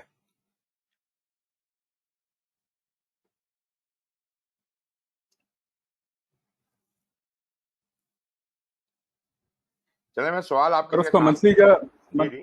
منتھلی کا اینوئل ریویو، اینوئل ریونیو، اچھا چلیں، یا یہ میں ٹوٹل اس کی ایسٹس کی value. I can consider it as an answer, but we have to refine on it. جی جناب. یاسر خان صاحب. سر بزنس ویلیو میں ملٹیپل اینگلز ہوں گے، کہ ایک تو ریپوٹیشن ہوگی آرگنائزیشن کی کہ وہ کس سٹیج پہ ہے، اس کسٹمر کے لیے کتنی ویلیو وہ کریٹ کر رہا ہے، اینڈ ایگزیکٹ ریونیو جو بھائی نے بتایا ہے، اینڈ اس کی جو بھی مارکیٹ کیپٹلائزیشن ہے وہ کیا کس سٹیج پہ ہے. یہ سارے فیکٹرز ہیں. اور رسک کتنا، وہ اس کے بزنس کا رسک کتنا ہے جو کہ ہم افورڈ کر سکتے ہیں. آپ دونوں بات تو صحیح کہہ رہے ہیں. جی بولیے. کتنی بڑی شاید پرابلم سالو ہو رہی ہے اس سے، کوئی اس طرح کا بھی اینگل دیکھا جا سکتا ہے. کیوں نہیں. دیکھیں جی، اس وقت میں نے ایک بڑا پوائنٹر بیچ میں چھوڑ دیا تھا. میں نے یہ کہا تھا کہ what is the worth of your business. مطلب اگر میں یہ آپ سے کہوں کہ یار یہ آج مجھے بزنس بیچ دو، کتنے میں بیچو گے؟ یہ ہے آپ کی بزنس کی ویلیو یا worth. This is the worth of your business which you can charge at any time. اگر آپ کا بزنس اچھا چل رہا ہوگا، اگر اس نے کوئی زبردست کیا ایسٹس بنائے ہوں گے، وہ ضروری نہیں ہے کہ وہ ایسٹس فائنینشیل ایسٹس ہی ہوں، وہ نان فائنینشیل ایسٹس بھی ہوتے ہیں. آپ نے ساکھ اسٹیبلش کی ہے اور وہ کئی دہائیوں تک چلے گی، تو بھائی جو خریدنے والا ہے he has to pay for that. وہ اگر آپ کا لوگو خرید رہا ہے تو لوگو کی بھی قیمت ہوگی. آپ نے دیکھا ہوگا ایک بندہ آ کے کارنر والی دکان کھول لیتا ہے اور دکان کا کرایہ تو جو دیتا ہے سو دیتا ہے. جب وہ چھوڑ کے جانے لگتا ہے وہ کہتا ہے جی مجھے پکڑی دیں کہ میں نے یہاں پہ اس جگہ کو آباد کیا اور اس کی ساکھ اتنی بڑھائی. It is now understood by people کہ یہاں پر چون کی دکان ہے. اب جو آئے گا اس کی اتنی مارکیٹنگ تو پہلے ہوئی ہے، اس نے صرف دکان ہی کھول کے بیٹھنا ہے. تو اس بات کے کہ میں یہاں پہ بیٹھا تھا اور میں نے یہاں نام بنایا، تو مجھے اس دکان کی کرائے کے علاوہ اتنی پکڑی بھی دو. اور لاکھوں میں پکڑی لیتے ہیں دکان کی. مطلب جتنی پرائس ہوتی ہے دکان کی اتنی پکڑی بھی آ جاتی ہے اکثر.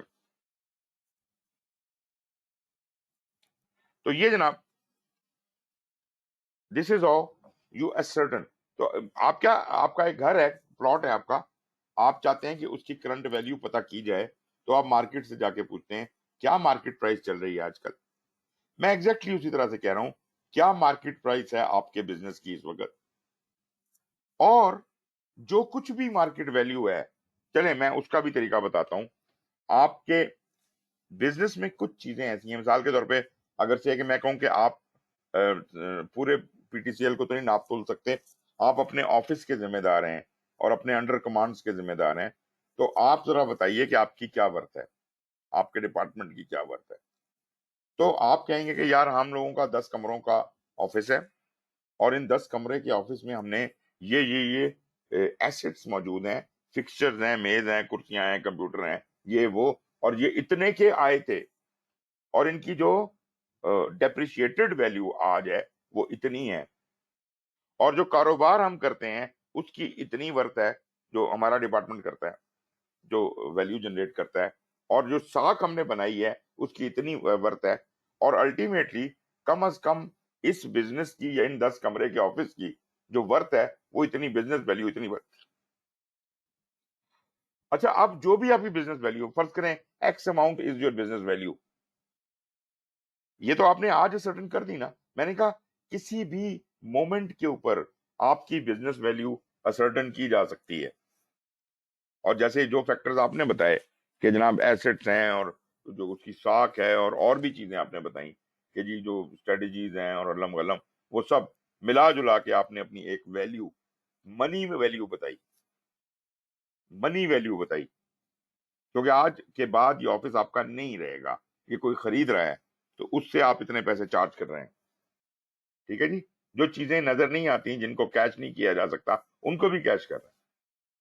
चलें, मान लिया कि आपका ये ऑफिस जो है इसकी जो वैल्यू है वो एक्स अमाउंट है. मेरा अगला सवाल सुनिएगा बड़े गौर से. आज से 1 साल बाद आपके बिजनेस की वैल्यू क्या होगी? अब जरा गौर से जवाब दीजिएगा इस बात.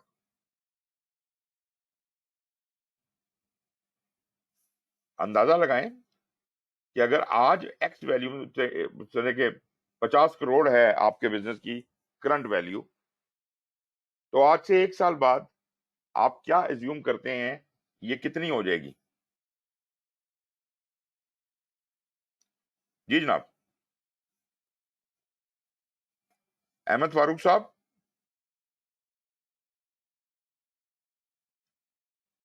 असद अनवर साहब,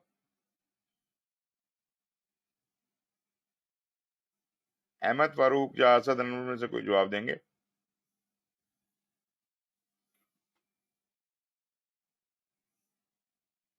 अली रजा साहब. अस्सलाम वालेकुम सर. जी मैं सर. सॉरी सर कॉल पे हूँ दूसरी साइड पे, अच्छा, नो एक problem, no important problem, no call problem, चल रही है, मैं भी बताता हूँ. कोई मसला नहीं सर, कोई मसला नहीं. जी अली रजा साहब.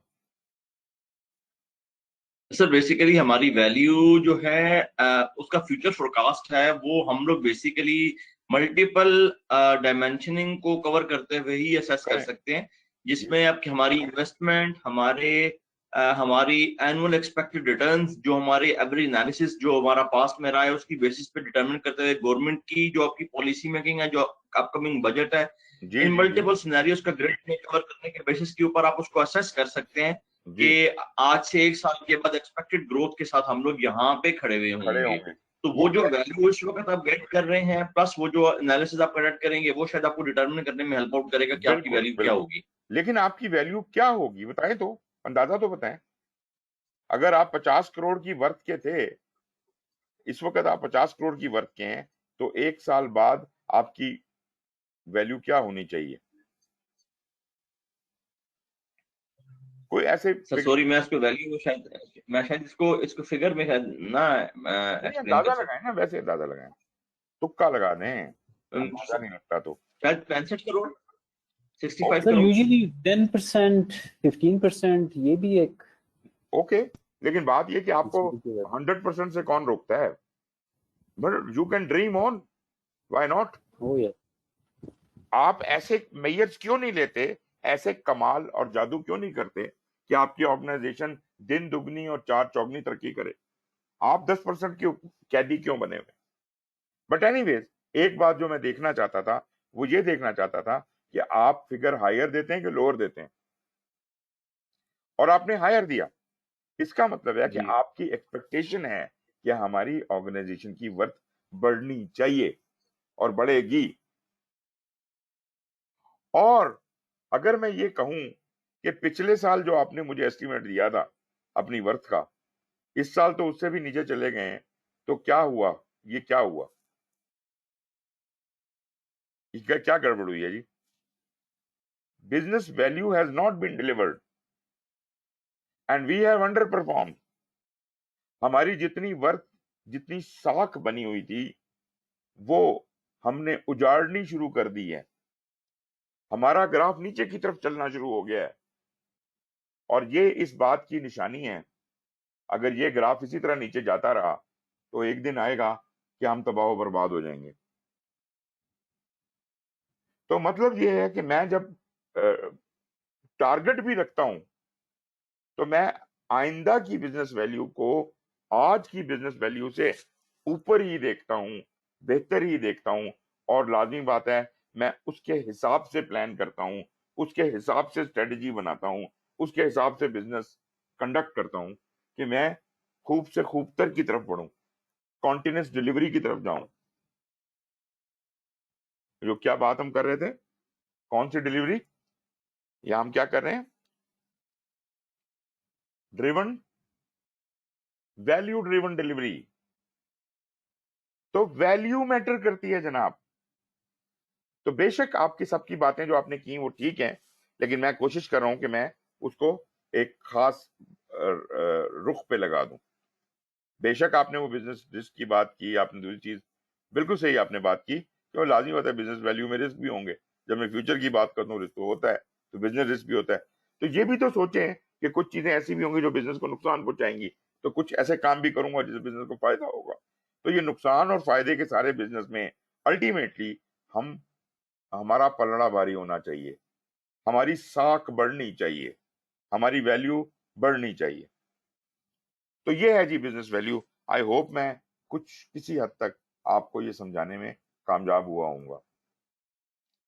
अब बात आती है वैल्यू डिलीवरी की। If delivering value is the reason for doing project, अगर प्रोजेक्ट का मकसद ही ये है तो वैल्यू ड्रिवन डिलीवरी होनी चाहिए ना। फिर हम और क्या ड्रामेबाजियां कर रहे हैं प्रोजेक्ट के अंदर? जो वैल्यू है उस पर फोकस क्यों नहीं करते? हम किसी और चीज पे क्यों फोकस करके बैठे हुए हैं?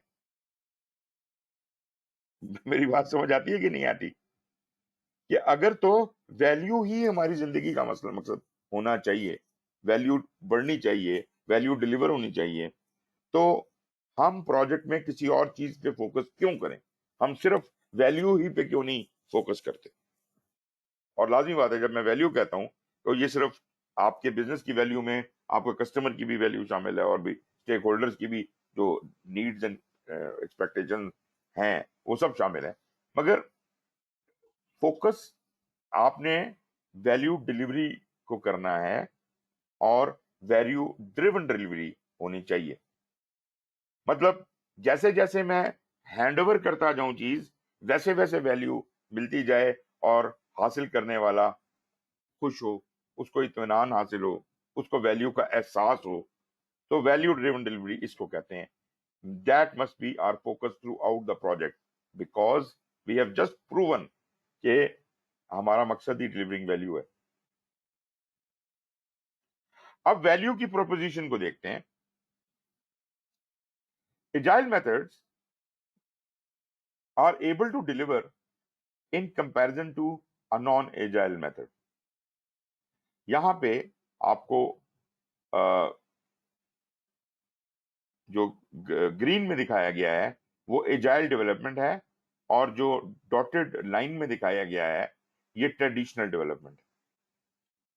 कहता है बिजनेस वैल्यू जो विजिबिलिटी है, विजिबिलिटी के हवाले से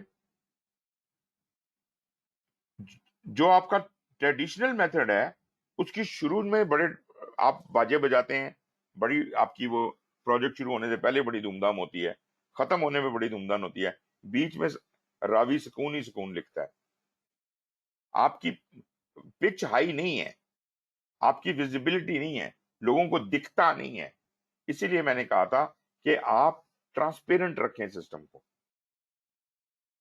अगर आप सिस्टम ट्रांसपेरेंट रखेंगे और वर्किंग सबके नजरों के सामने हो रही होगी, तो you will always remain in high visibility, which is good for a project, which is good for realizing the value. Value दिख रही होगी, मतलब शीशे के गिलास में पानी पी रहे हैं आप, दिख रहा है कितना पी लिया, कितना बच गया। ट्रांसपेरेंसी है।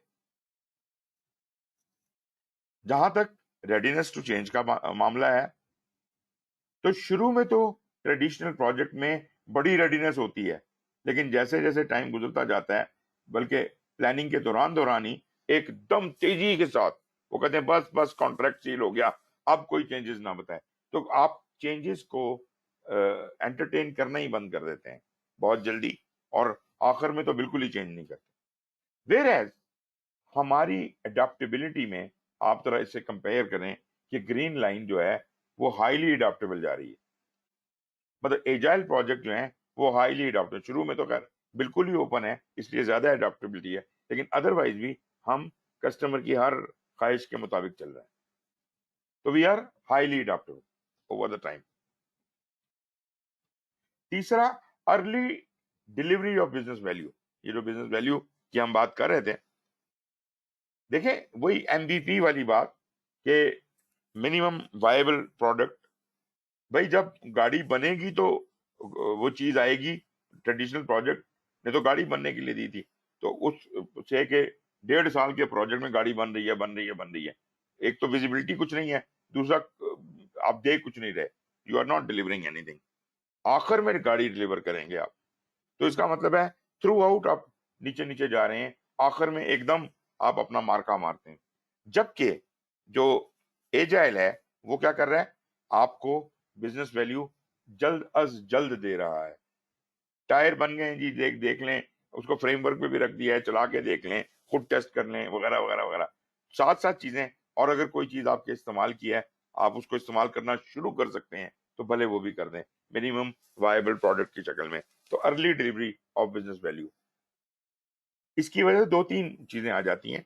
एक तो नेचुरली एक साइकोलॉजिकल वो बैरियर हट जाता है कि पता नहीं क्या बन रहा है, कब बनेगा, कैसे बनेगा। ट्रांसपेरेंसी भी है, कंसिस्टेंसी भी है, कुछ बन भी रहा है, और वो कॉन्टिन्यूसली इंप्रूव भी कर रहा है, और हमें यकीन भी होता जा रहा है कि ये अल्टीमेटली डिलीवर करेगा।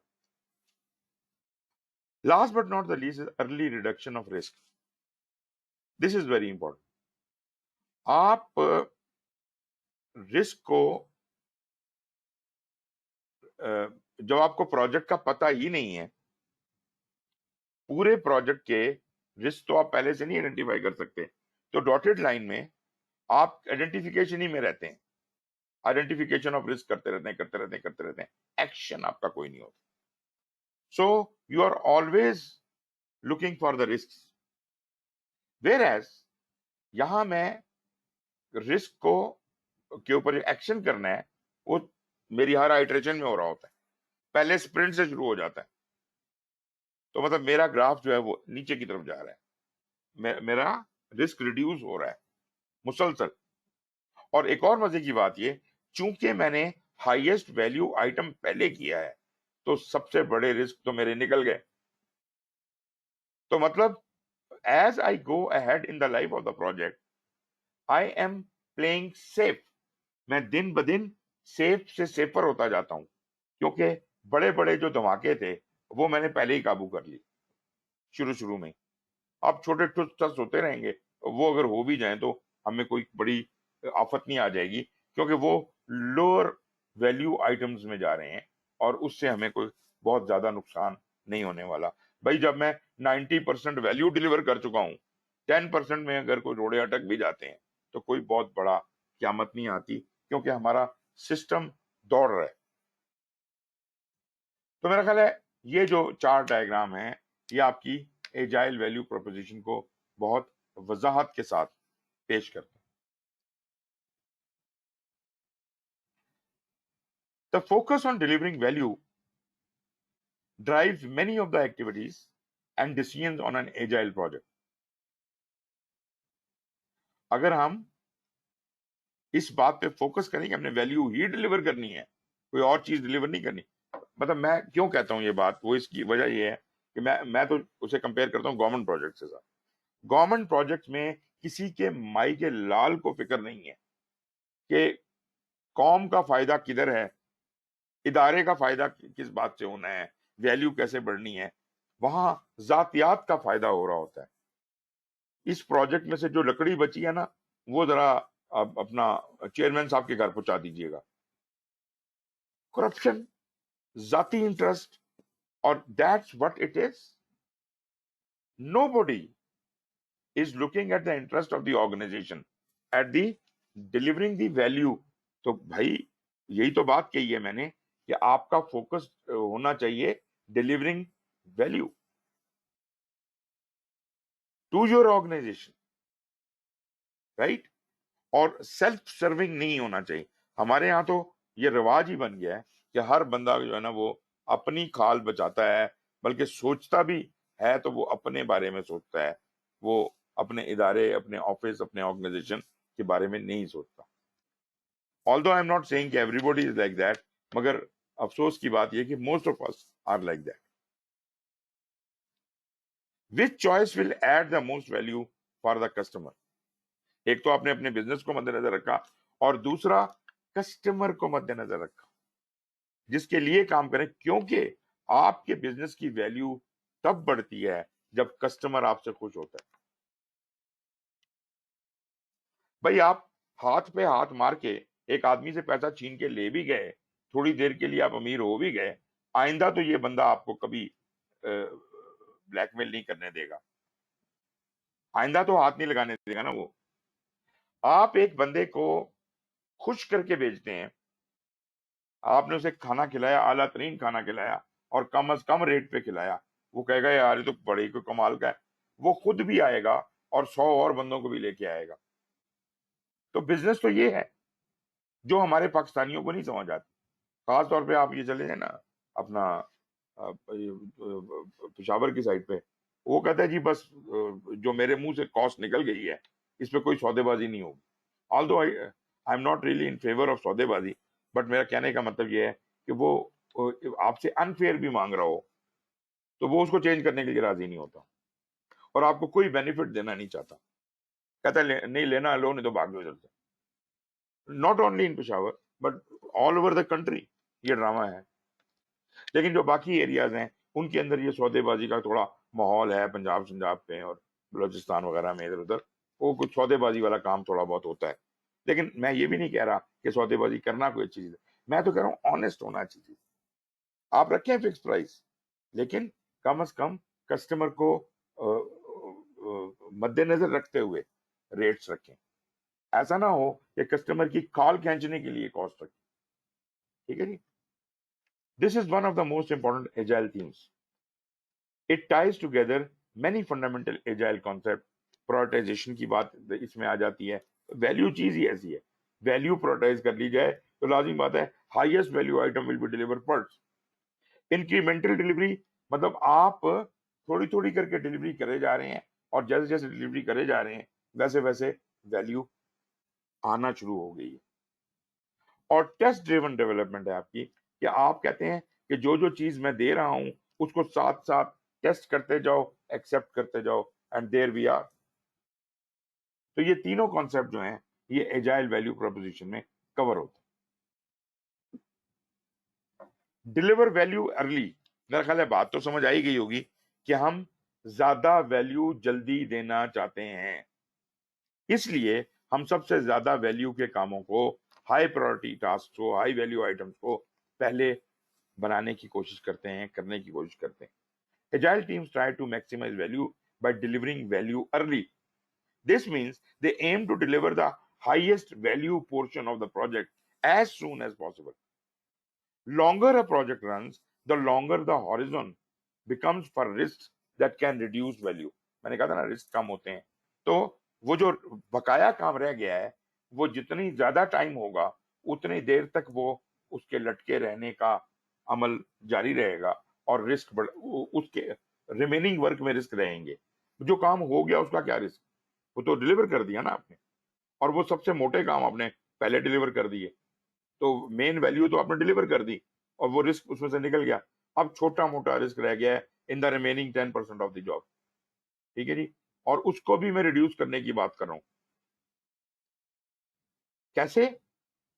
یہ کہاں سے آئے گا, جو آپ کا جو لمبا ہوتا جائے گا تو یہ آپ کی ویلیو کو ریڈیوس کرے گا.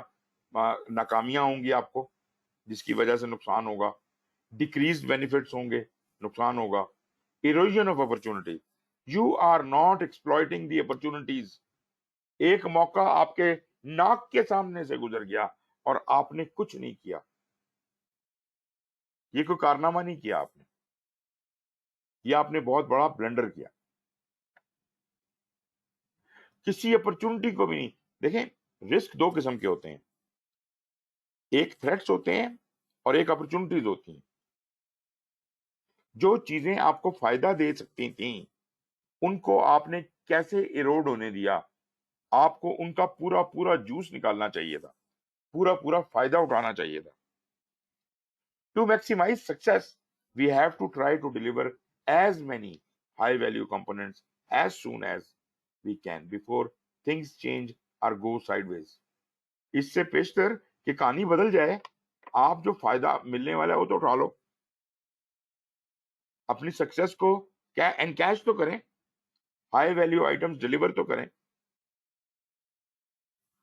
تو یہ ہے جناب ڈیلیور ویلیو ارلی. اور پھر ساتھ ہی بات آ جاتی ہے اسٹیک ہولڈر کی سیٹسفیکشن کی.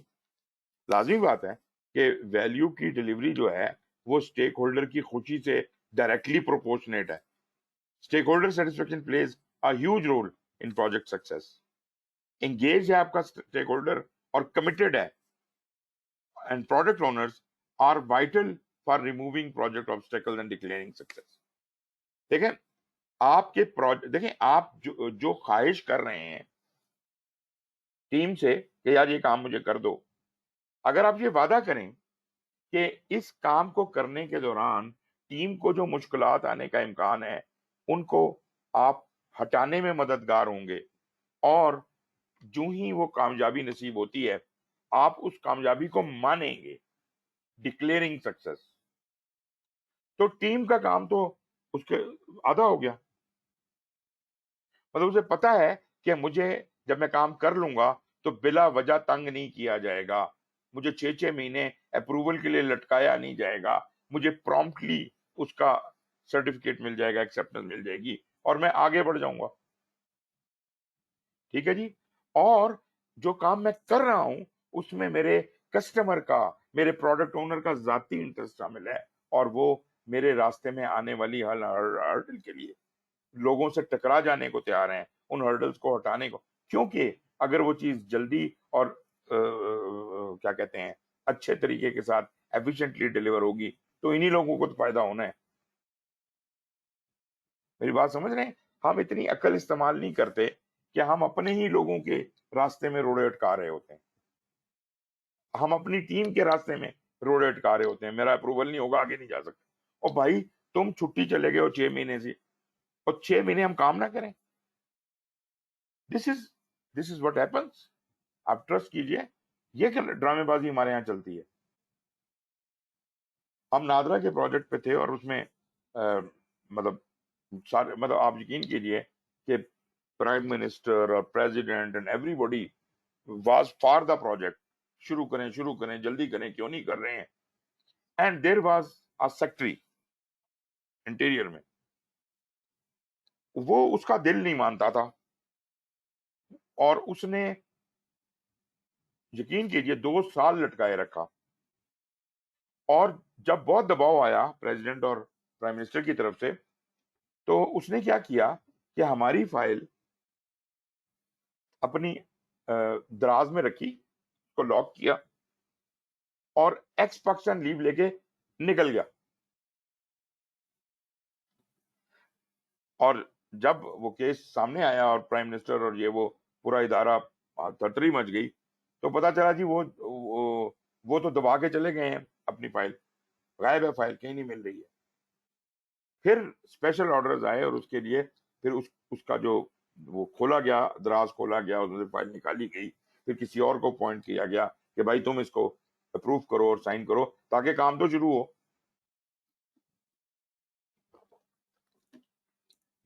तो हमें इस बात का कोई एहसास नहीं है, बेशक हम किसी भी पोजीशन पे बैठे हों, कि जनाब कौम का क्या भला होना है, इदारे का क्या भला होना है, उसको हम परवाह नहीं करते। Every team is on a trial period when a project starts because the sponsors might not be sure whether a team can pull it off। जो आपके स्पॉन्सर्स हैं उनको भी पक्का तो नहीं पता ना कि ये कर लेंगे कि नहीं कर लेंगे। वो अलग बात है कि आपको आपका इस टीम के ऊपर या अपने लोगों के ऊपर एतमाद बहुत है, वो एक अलग बात है, लेकिन क्लियर टर्म्स में आप ये नहीं कह सकते कि वाकई ये काम ये लोग कर लेंगे, क्योंकि you are dealing with something uncertain. By delivering high value elements early, the team demonstrates an understanding of the stakeholder need कि हमें आपकी बात समझ आ गई है और ये देखो हमने बना भी दिया, इतना सा काम बनाया, देखो ठीक है, इसमें तो कोई गलती नहीं है, और अगर मेरे समझने में कोई गलती होगी तो they will put me wise and I will correct. तो मतलब ये कि even the requirement can be corrected right here, shows that they recognize the most important aspect of the project and proves they can deliver. Tangible results जो दिखते हैं, जो मतलब they help the team raise the confidence of stakeholders कि आप देखें जी, ये देखें हमने ये आपने काम दिया था, हमने ये आपको काम कर दिया, और ये देखें इतनी देर में इतनी जल्दी हमने ये काम कर दिया। You build a rapport with them and get them on board early, creating a virtuous circle of support। मतलब सारे इस हमाम में इकट्ठे हो जाते हैं, सारे स्टेक होल्डर बन जाते हैं। ये नहीं है कि आपका बॉस दूसरे कमरे से बैठ के ऑर्डर्स दे रहा है, या आपका कस्टमर जो है वो कॉन्ट्रैक्ट की मंजनीकें चला रहा है आपके ऊपर कि उसमें तो ये लिखा है, आपने ये क्या कर दिया। तो आप सबको एक ही सफ में खड़ा कर दें, महमूद और याद सबको एक ही सफ में खड़ा कर दें, everybody will be so energetic आपके काम को देख के कि वो अपने आप को आपकी टीम का हिस्सा फील करने लग जाए, and they will do their best to extend all support कि आप फाल्टर ना करें, आपको कोई प्रॉब्लम ना करो। वही बात, सर्वेंट लीडरशिप का रूल है यहाँ पर, और जिसने काम कराना है उसको थोड़ा नीमा भी होना पड़ेगा, उसको थोड़ा झुकना भी पड़ेगा, उसको टीम के नखरे उठाने पड़ेंगे, बजाय इसके कि टीम बॉसेस के नखरे उठाती फिरती है, जो कि नाजायज है।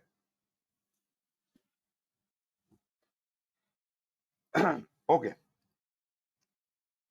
डिसीजन मेकिंग की बात आ जाती है। जब आप इस तरह से काम करते हैं, वैल्यू ड्रिवन डिलीवरी, तो बुनियादी तौर पे you are making decisions that prioritize the value adding activities, कौन सा काम पहले किया जाए, कौन सा बाद में किया जाए, एंड रिस्क को रिड्यूस करने की एफर्ट भी आप यहां कर रहे हैं for the project, and then executing based on these priorities. ये बड़े जरूरी फैसले हैं, ये बड़े जरूरी फैसले हैं कि कौन सी एक्टिविटीज प्रायोरिटाइजेशन में ऊपर जाएंगी, कौन सी नीचे जाएंगी, और किन एक्टिविटीज को जल्दी किया जाए ताकि रिस्क खत्म हो, रिड्यूस हो। तो ये जनाब डिसीजन मेकिंग के हवाले से बात होगी। अगली चीज वो जो हम कहते हैं मिनट वर्क, अपना लीन के हवाले से, कैनबैन के हवाले से, वो जो हम वर्क इन प्रोग्रेस की बात करते हैं, तो बुनियादी तौर पे वहां मकसद ये है कि हम जितना काम करें वो एहसन तरीके से हो, एक रत्ती भी जाया ना होने पाए। आप कहें जी हम तो बड़ी जबरदस्त फैक्ट्री चला रहे हैं और हम 100 आइटम्स बनाते हैं जिनमें से 40 रिजेक्ट हो जाते हैं, तो कोई बात नहीं है ना, क्या फर्क पड़ता है। 60 आइटम जो मार्केट में जाते हैं वो तो बहुत आला जाते हैं, बेशक आला जाते हैं, लेकिन आप जो 60 आइटम जाया कर रहे हैं उसका पैसा कौन पे करेगा मेरे भाई। तो ये बात सोचना बहुत जरूरी है कि हम वेस्टेज को मिनिमाइज करें। वेस्टफुल एक्टिविटीज, ऐसे काम जो वैल्यू जनरेट नहीं कर रहे, ये बड़ा इंपॉर्टेंट पॉइंट है।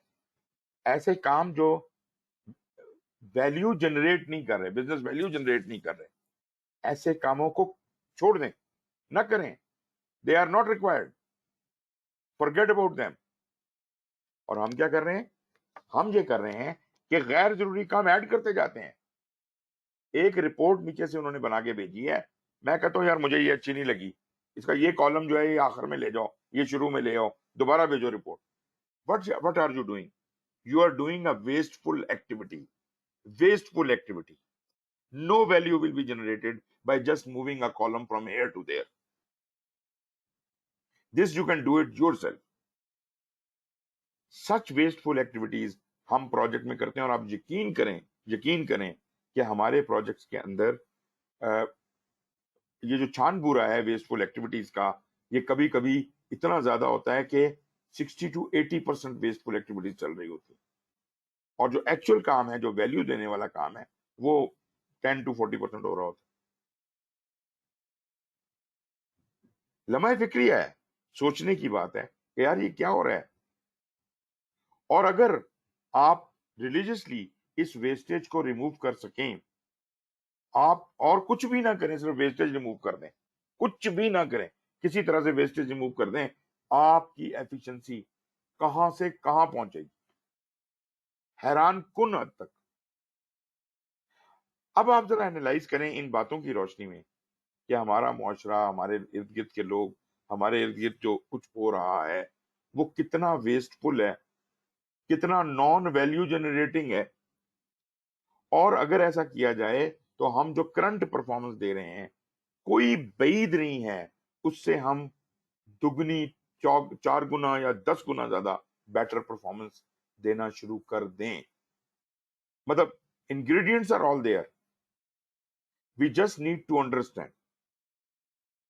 For example, while the project is being executed, an agile team might reduce or postpone activities that are required by the organization, but not directly focused on delivering value. ये जो कोई भी उस काम के head पे बैठा होता है ना, ये उसका बोल्ड फैसला है कि उसके अपने बॉस का भी दिया हुआ हुक्म है एक नॉन वैल्यू एक्टिविटी के बारे में, वो उसको रोक दे, और जो वैल्यू जनरेटिंग एक्टिविटी है उसको होने दे। टाइम भी जाया नहीं होगा, और अपने बॉस को जाके समझा ले बात। ठीक है जी। तो such as formal time tracking and reporting, तो इस तरीके के साथ आप इन चीजों को ट्रैक भी कर सकते हैं और इन वेस्ट को मिनिमाइज भी कर सकते हैं। ये बात मैं पहले आपके साथ कर चुका हूं, इसलिए मैं यहाँ पे इसको नहीं दोहराऊंगा। ये मिनिमाइज वेस्ट के हवाले से हमने ये इस चार्ट को पहले देख लिया था। असेसिंग वैल्यू, वैल्यू असेस करने के लिए बहुत से तरीके, जो मतलब ये तरीके को एजाइल वालों ने नहीं बनाए हुए। मोस्ट ऑफ दिस जो तरीके हैं ये बिजनेस से, फाइनेंस से और इधर उधर से आए हुए। फाइनेंशियल असेसमेंट के मैट्रिक्स हैं वो फाइनेंस से आते हैं। मुनाफा, ये एक मीट्रिक है ना जनाब, कितना मुनाफा हो गया, कितने पॉइंट ऊपर चले गए, कितने पॉइंट नीचे चले गए, ये फाइनेंशियल असेसमेंट। अर्न्ड वैल्यू भी एक तरह का मीट्रिक है, नापने का तरीका है ना। Cost performance index, schedule performance index, to complete performance index. फिर एजाइल प्रोजेक्ट की अकाउंटिंग, उसको कैसे नापा तोला जाता है। की परफॉर्मेंस इंडिकेटर्स, ये जो जैसे मैंने बताया सीपीआई, एसपीआई, ये इंडिकेटर्स हैं, ये की परफॉर्मेंस इंडिकेटर्स हैं। लेकिन और भी होते हैं, और भी तरह के की परफॉर्मेंस इंडिकेटर्स हो सकते हैं। तो पहले तो की परफॉर्मेंस इंडिकेटर्स एस्टेब्लिश करने की जरूरत है, ताकि आप ये देख सकें कि हमारी स्ट्रेटजी और हमारी बिजनेस वैल्यू को कौन कौन सी चीजें कंट्रीब्यूट करती हैं, ताकि नंबर उन्हीं चीजों को दिए जाएं, फालतू कामों पे वक्त जाया ना किया। और फिर जनाब जो रिस्क आपने मैनेज करने हैं और रेगुलेशन, जो रेगुलेटरी बॉडी है उसकी कंप्लायंस करनी। Business value is usually assessed in financial terms, पैसों में ना आम तौर पे बिजनेस की वैल्यू को नापने तोलने का अमल करते हैं, starting with assessing the value of a potential project before they are approved to proceed. some projects may not have an easily determined monetary value. जैसे मैंने अभी आपको बताया, अपने ऑफिस की मॉनेटरी वैल्यू बताया ना, क्या है, मुश्किल होता है, इतना आसान काम नहीं है। लेकिन मैं ये चाहता हूं, मैं समझता हूं कि ये एक्सरसाइज हर बंदे को करके देखना चाहिए कि what is the worth of my office. मैं जिस चीज का इंचार्ज हूं, हम लोग किस, हमारी क्या औकात है, हमारी क्या बिजनेस वैल्यू है, हम ऑर्गेनाइजेशन के लिए क्या जनरेट कर रहे हैं। To assess the value of these projects, the organization might look at the financial ramifications of not understanding the project, risk that the business will be shut down, assessed a fine, subjected to a lawsuit. ये वो चीजें हैं कि जी क्या हो सकता है मेरे साथ। एक तो इसमें रिस्क है, और दूसरी चीज इसमें ये है कि इसमें फिजिबिलिटी का जिक्र कर रहा हूँ, बिजनेस केस का जिक्र कर रहा हूँ कि आया कि ये काम हमें करना भी चाहिए। Is this risk worth risk taking? क्या इस काम को करना चाहिए या नहीं करना चाहिए? अगर तो बहुत ही खतरनाक चीज है तो फिर शायद इसको छोड़ देना चाहिए। फाइनेंशियल मैट्रिक्स क्या है? इसमें जो सबसे इंपॉर्टेंट है वो कॉस्ट बेनिफिट के एवेल्युएशन के तरीके हैं, और इसमें ये कोई 5 तरीके इस्तेमाल होते हैं, और भी इनकी मुख्तलिफ इख्तियारात भी हैं और मेथड भी हो सकते हैं, लेकिन जो मोस्ट फेमस तरीके इस्तेमाल होते हैं वो ये 5 तरीके हैं। ये मैं आपके साथ डिस्कस करूंगा ब्रीफली।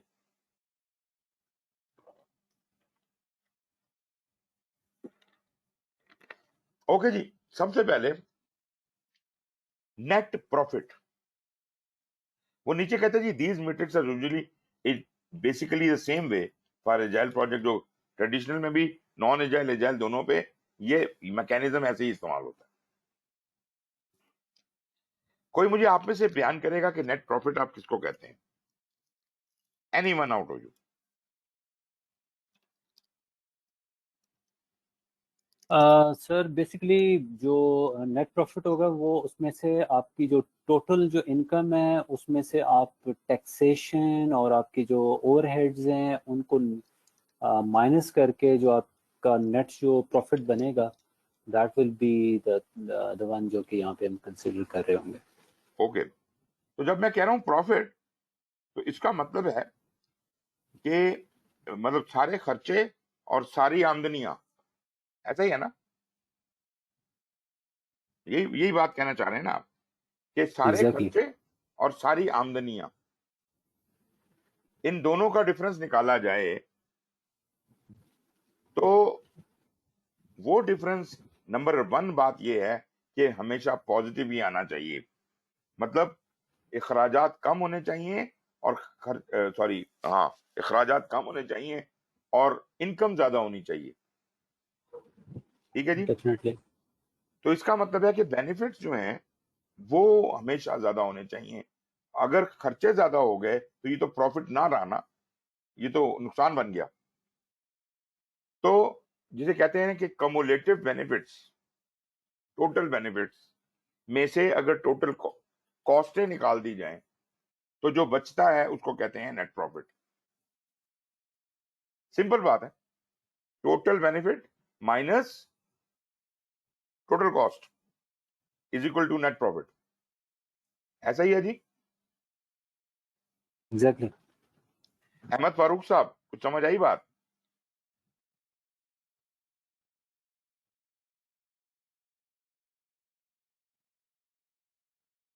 जी जनाब, बात समझ आई? अहमद फारूक साहब, माइक ऑन कीजिएगा, म्यूट पे है आपका।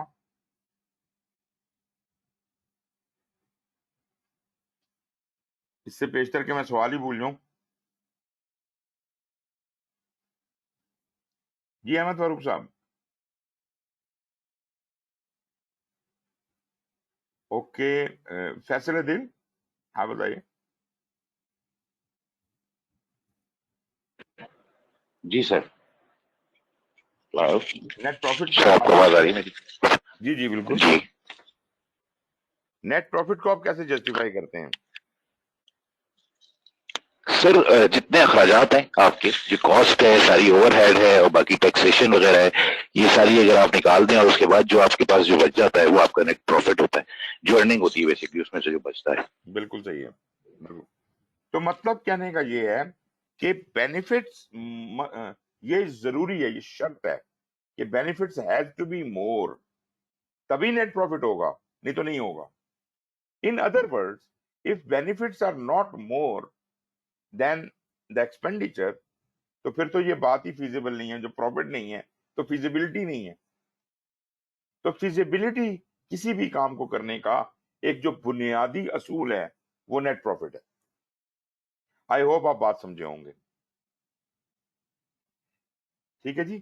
جو اچھا نیٹ پروفٹ ہے، پہلی بات تو یہ کہ پازیٹو میں ہونا نیٹ پروفٹ کا کافی ہے اس کی فیزیبلٹی کے لیے. لیکن اگر میرے پاس 5 پروجیکٹ ہیں اور میں جب سب کے نیٹ پروفٹ دیکھتا ہوں، تو اگر ان میں سے میں نے ایک پروجیکٹ شروع کرنے کی پیسے ہیں میرے پاس، تو I will go for that project which has highest net profit. ایسا ہے کہ نہیں ہے؟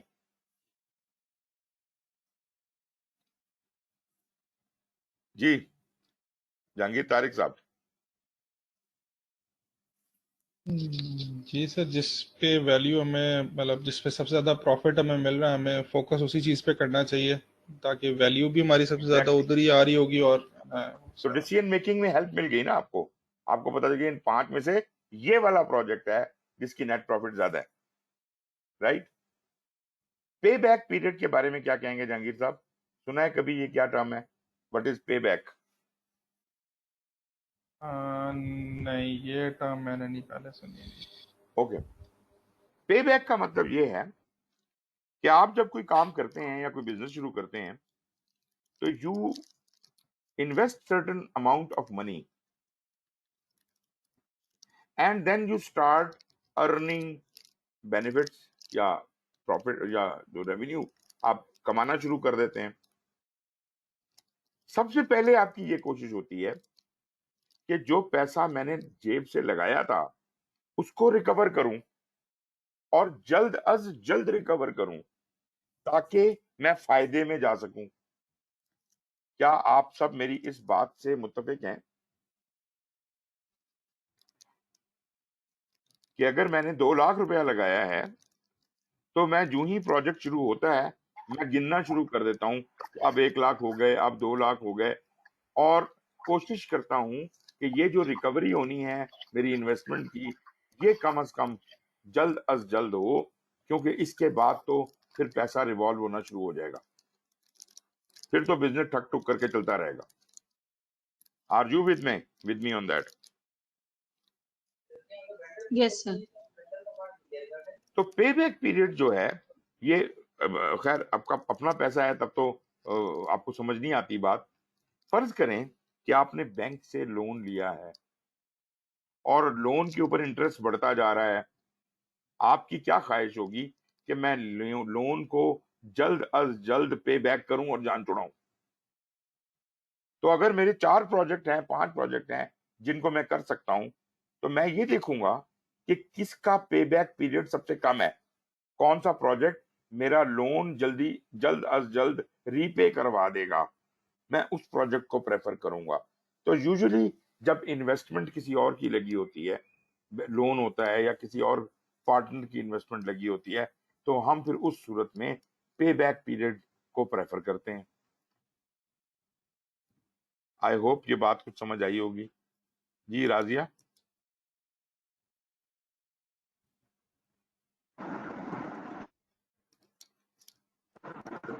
Are you with me Raziya?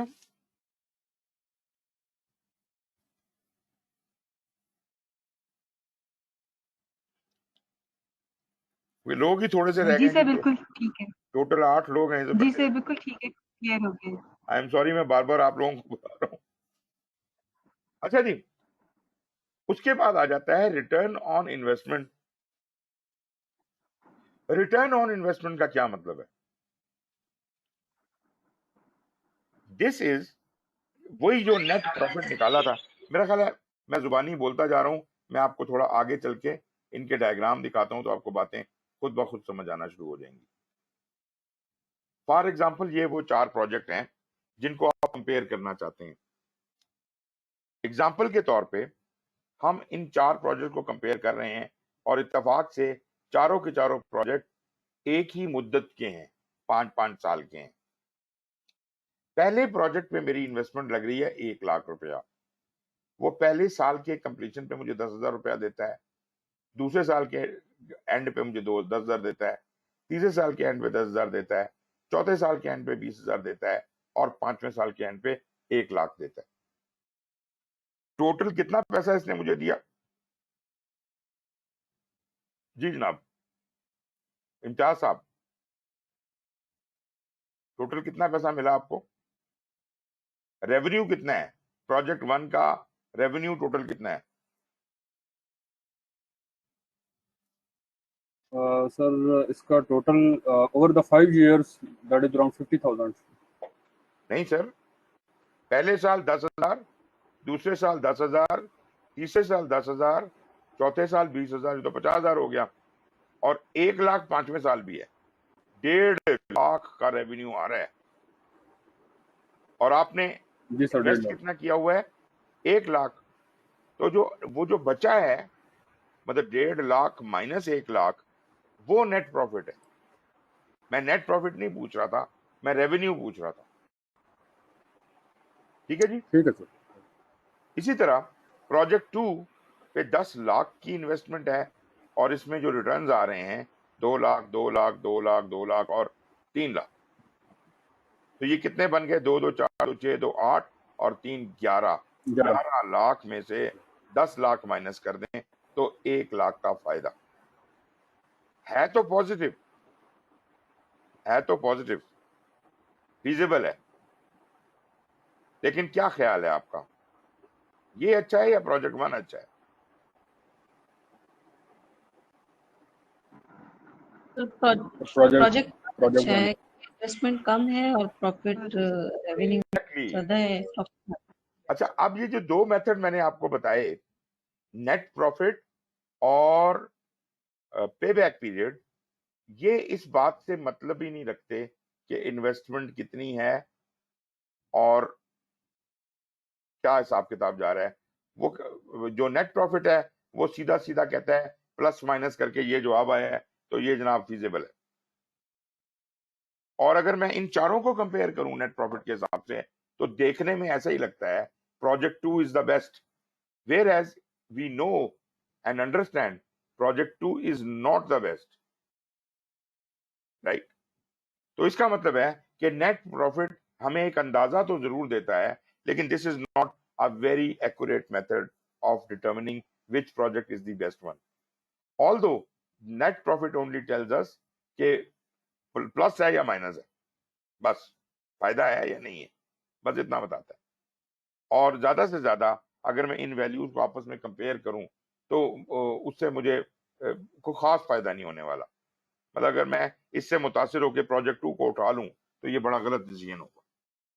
इसलिए ये सिर्फ मोटी मोटी कैलकुलेशन के लिए। पे बैक पीरियड में क्या हुआ, एक मिनट, हाँ, पे बैक पीरियड में इन्वेस्टमेंट प्रोजेक्ट 1 पे थी 1 लाख की।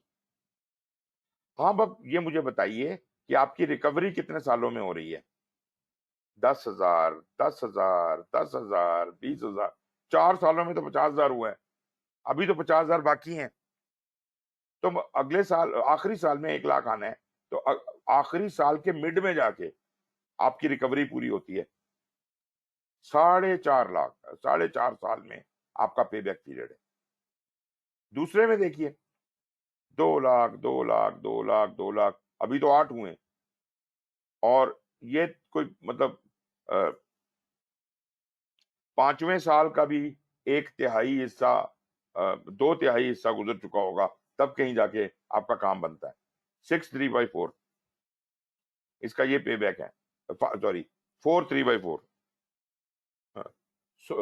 सॉरी 4/2/3,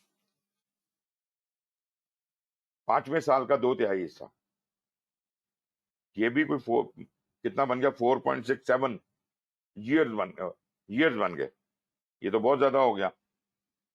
प्रोजेक्ट 3 को देखते हैं, 30 दे रहा है, चौथे साल के 1/3 में वो मुझे पैसे दे देगा पूरे। 90,000 पहले 3 सालों में दिए, अगले उसने 30,000 देने हैं और उसमें से 1/3 साल के अंदर वो मुझे 30,000 दे देगा। सॉरी 1,000, 10,000, तो 1/3 हिस्से में वो 10,000 मुझे मिल जाएंगे, तो 1 लाख पूरा हो जाएगा। तो पे बैक पीरियड सबसे कम प्रोजेक्ट 3 का है 3.33 ईयर्स। और प्रोजेक्ट 4 की बात करें, उसका 1,20,000 रुपए इन्वेस्टमेंट थी, 30, 30, 30 और 30, ये कितने बने? 120 पूरे हो गए। तो पूरा 4 साल लगेगा प्रोजेक्ट 4 का। तो पे बैक के हिसाब से project 3 is the best. Okay, अब मैं आ जाता हूं रिटर्न ऑन इन्वेस्टमेंट पे। अब मैं ये बताना चाहता हूं कि ROI इसको कहते हैं, और अक्सर आपने प्रेजेंटेशंस के अंदर अंग्रेज जब आगे प्रेजेंट करते हैं तो ROI को बड़ा कोई मुंह टेढ़ा करके बोलते हैं, और हमें लगता है कि पता नहीं ये कोई आसमान से उतरा हुआ कोई फरिश्ता है, कोई फार्मूला है जो हमें नहीं आता। ROI मेरे हिसाब से जितना बुरा नेट प्रॉफिट है, ये उतना ही बुरा या उससे जरा बेहतर मेथड है। क्यों बोला?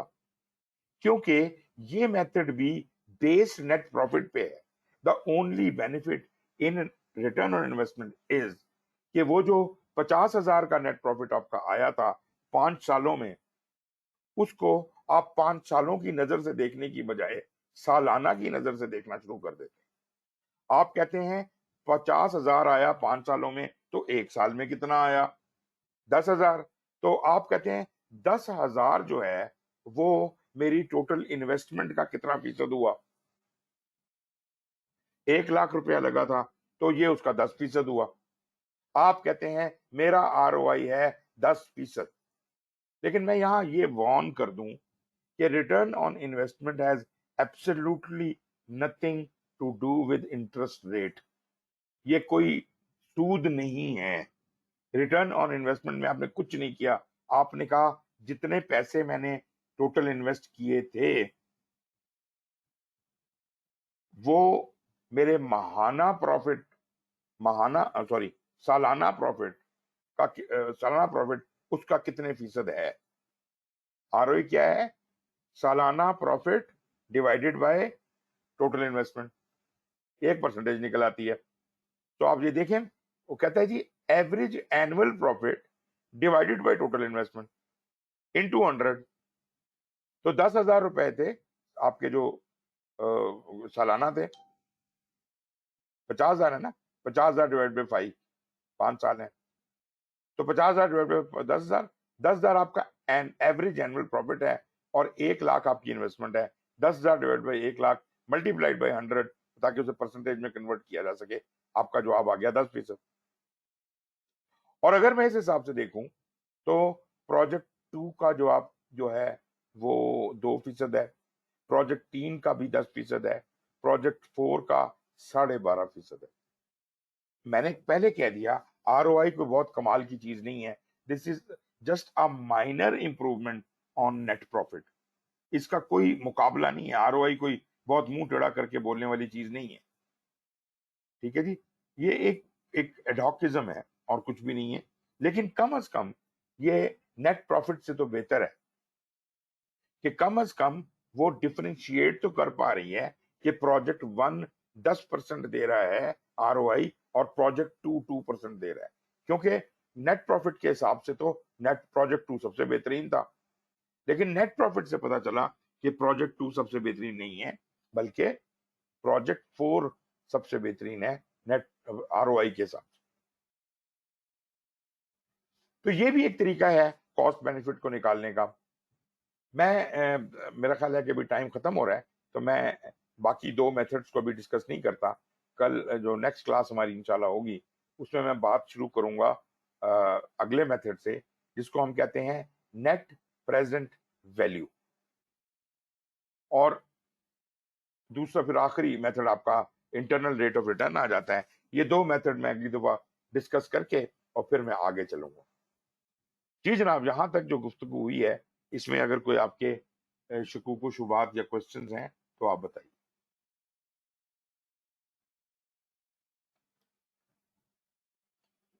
आज कुछ लोग भी कम हैं और कुछ लोग इंटरेस्टेड भी नहीं लग रहे बहुत ज्यादा, थके हुए हैं मुझे क्या सर बात? इसमें एक सवाल ही करना था जी जी कि आपने बताया कि ये नेट प्रॉफिट भी सही नहीं है और आरओआई वाला भी तरीका उतना एक्यूरेट नहीं है, तो आप कोई गाइड करेंगे कि कौन से ऐसा तरीका है जिससे आप बेहतर तरीके से निकाल सकते हैं, सर देखें, मालूम कर सकते हैं? मेथड कोई गलत नहीं है, लेकिन the level of accuracy of each method differs. कुछ पर्पसेस के लिए हमें नेट प्रॉफिट भी काम करता है। अगर मैंने बहुत ही मोटा मोटा हिसाब लगाना हो कि मतलब जुबानी आपसे कोई पूछा यार ये एक बहुत बड़ा वेंचर हम शुरू करने जा रहे हैं तो ये फिगर्स हैं, आपका क्या ख्याल है, ये चलेगा कि नहीं चलेगा, तो जो तुक्का गेस्टिमेट लगाया जाता है उसके लिए नेट प्रॉफिट की कैलकुलेशन जुबानी भी की जा सकती है कि दिस जमा दिस माइनस दिस, ये वो करके हाँ यार ठीक ही लगता है, ठीक है, हम करते भी हैं। तो मैं ये नहीं कहूंगा कि नेट प्रॉफिट बकवास है, मेथड ही नहीं अच्छा, लेकिन जब मैं इसे कंपेयर करता हूं अब बाकी मेथड में तो उन सब में जो सबसे ज़ईफ मेथड है वो ये है। इसी तरह जो पे बैक सिस्टम है, पे बैक पीरियड है, pay back period is good enough when you have to pay back the money. अगर वो नहीं है तो फिर आप कुछ चीजें ऐसी हैं जो मिस कर। पे back is very good when you आपने जो पैसा लिया हुआ है बैंक से लिया हुआ है, उधार पे आपने बिजनेस शुरू किया है और आपको बहुत बड़ा इंटरेस्ट लगने वाला है, आप ये चाहते हैं कि यार पहले साल में उतार दूं मैं सारा पैसा निकाल, मतलब मुझे ज्यादा से ज्यादा बेनिफिट या प्रॉफिट पहले साल में हो जाए, बाकी बल्कि भले कम होता रहे, मैं गुजारा कर लूंगा, लेकिन कम से कम बैंक से तो मेरी जान छुड़ा दे कोई, तो वो उस जगह पे अच्छा है। जहां पे बात आती है आरओआई की, तो वो जो अंग्रेज मुंह टेढ़ा करके बोलता है वो ऐसे ही नहीं बोलता, बहुत सी जगहों पे आरओआई भी कमाल करता है।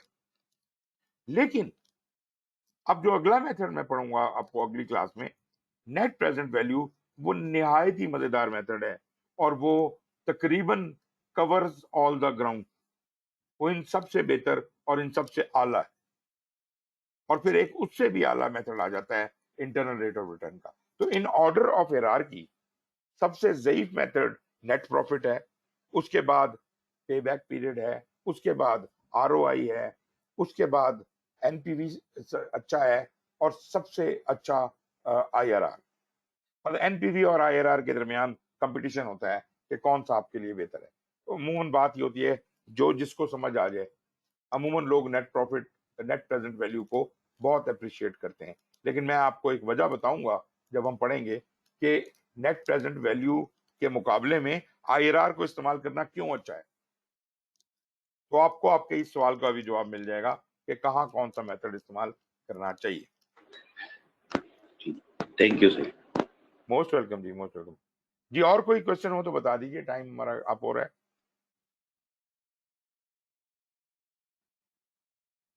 चलें जी, तो आज क्राउड बहुत कम था, टोटल 11-12 लोग थे जो अब रिड्यूस होके मेरे ख्याल है 7 रह गए हैं। बहुत बुरी परफॉर्मेंस है। उस हिसाब से आपको पता है हमारी क्लास का साइज क्या है?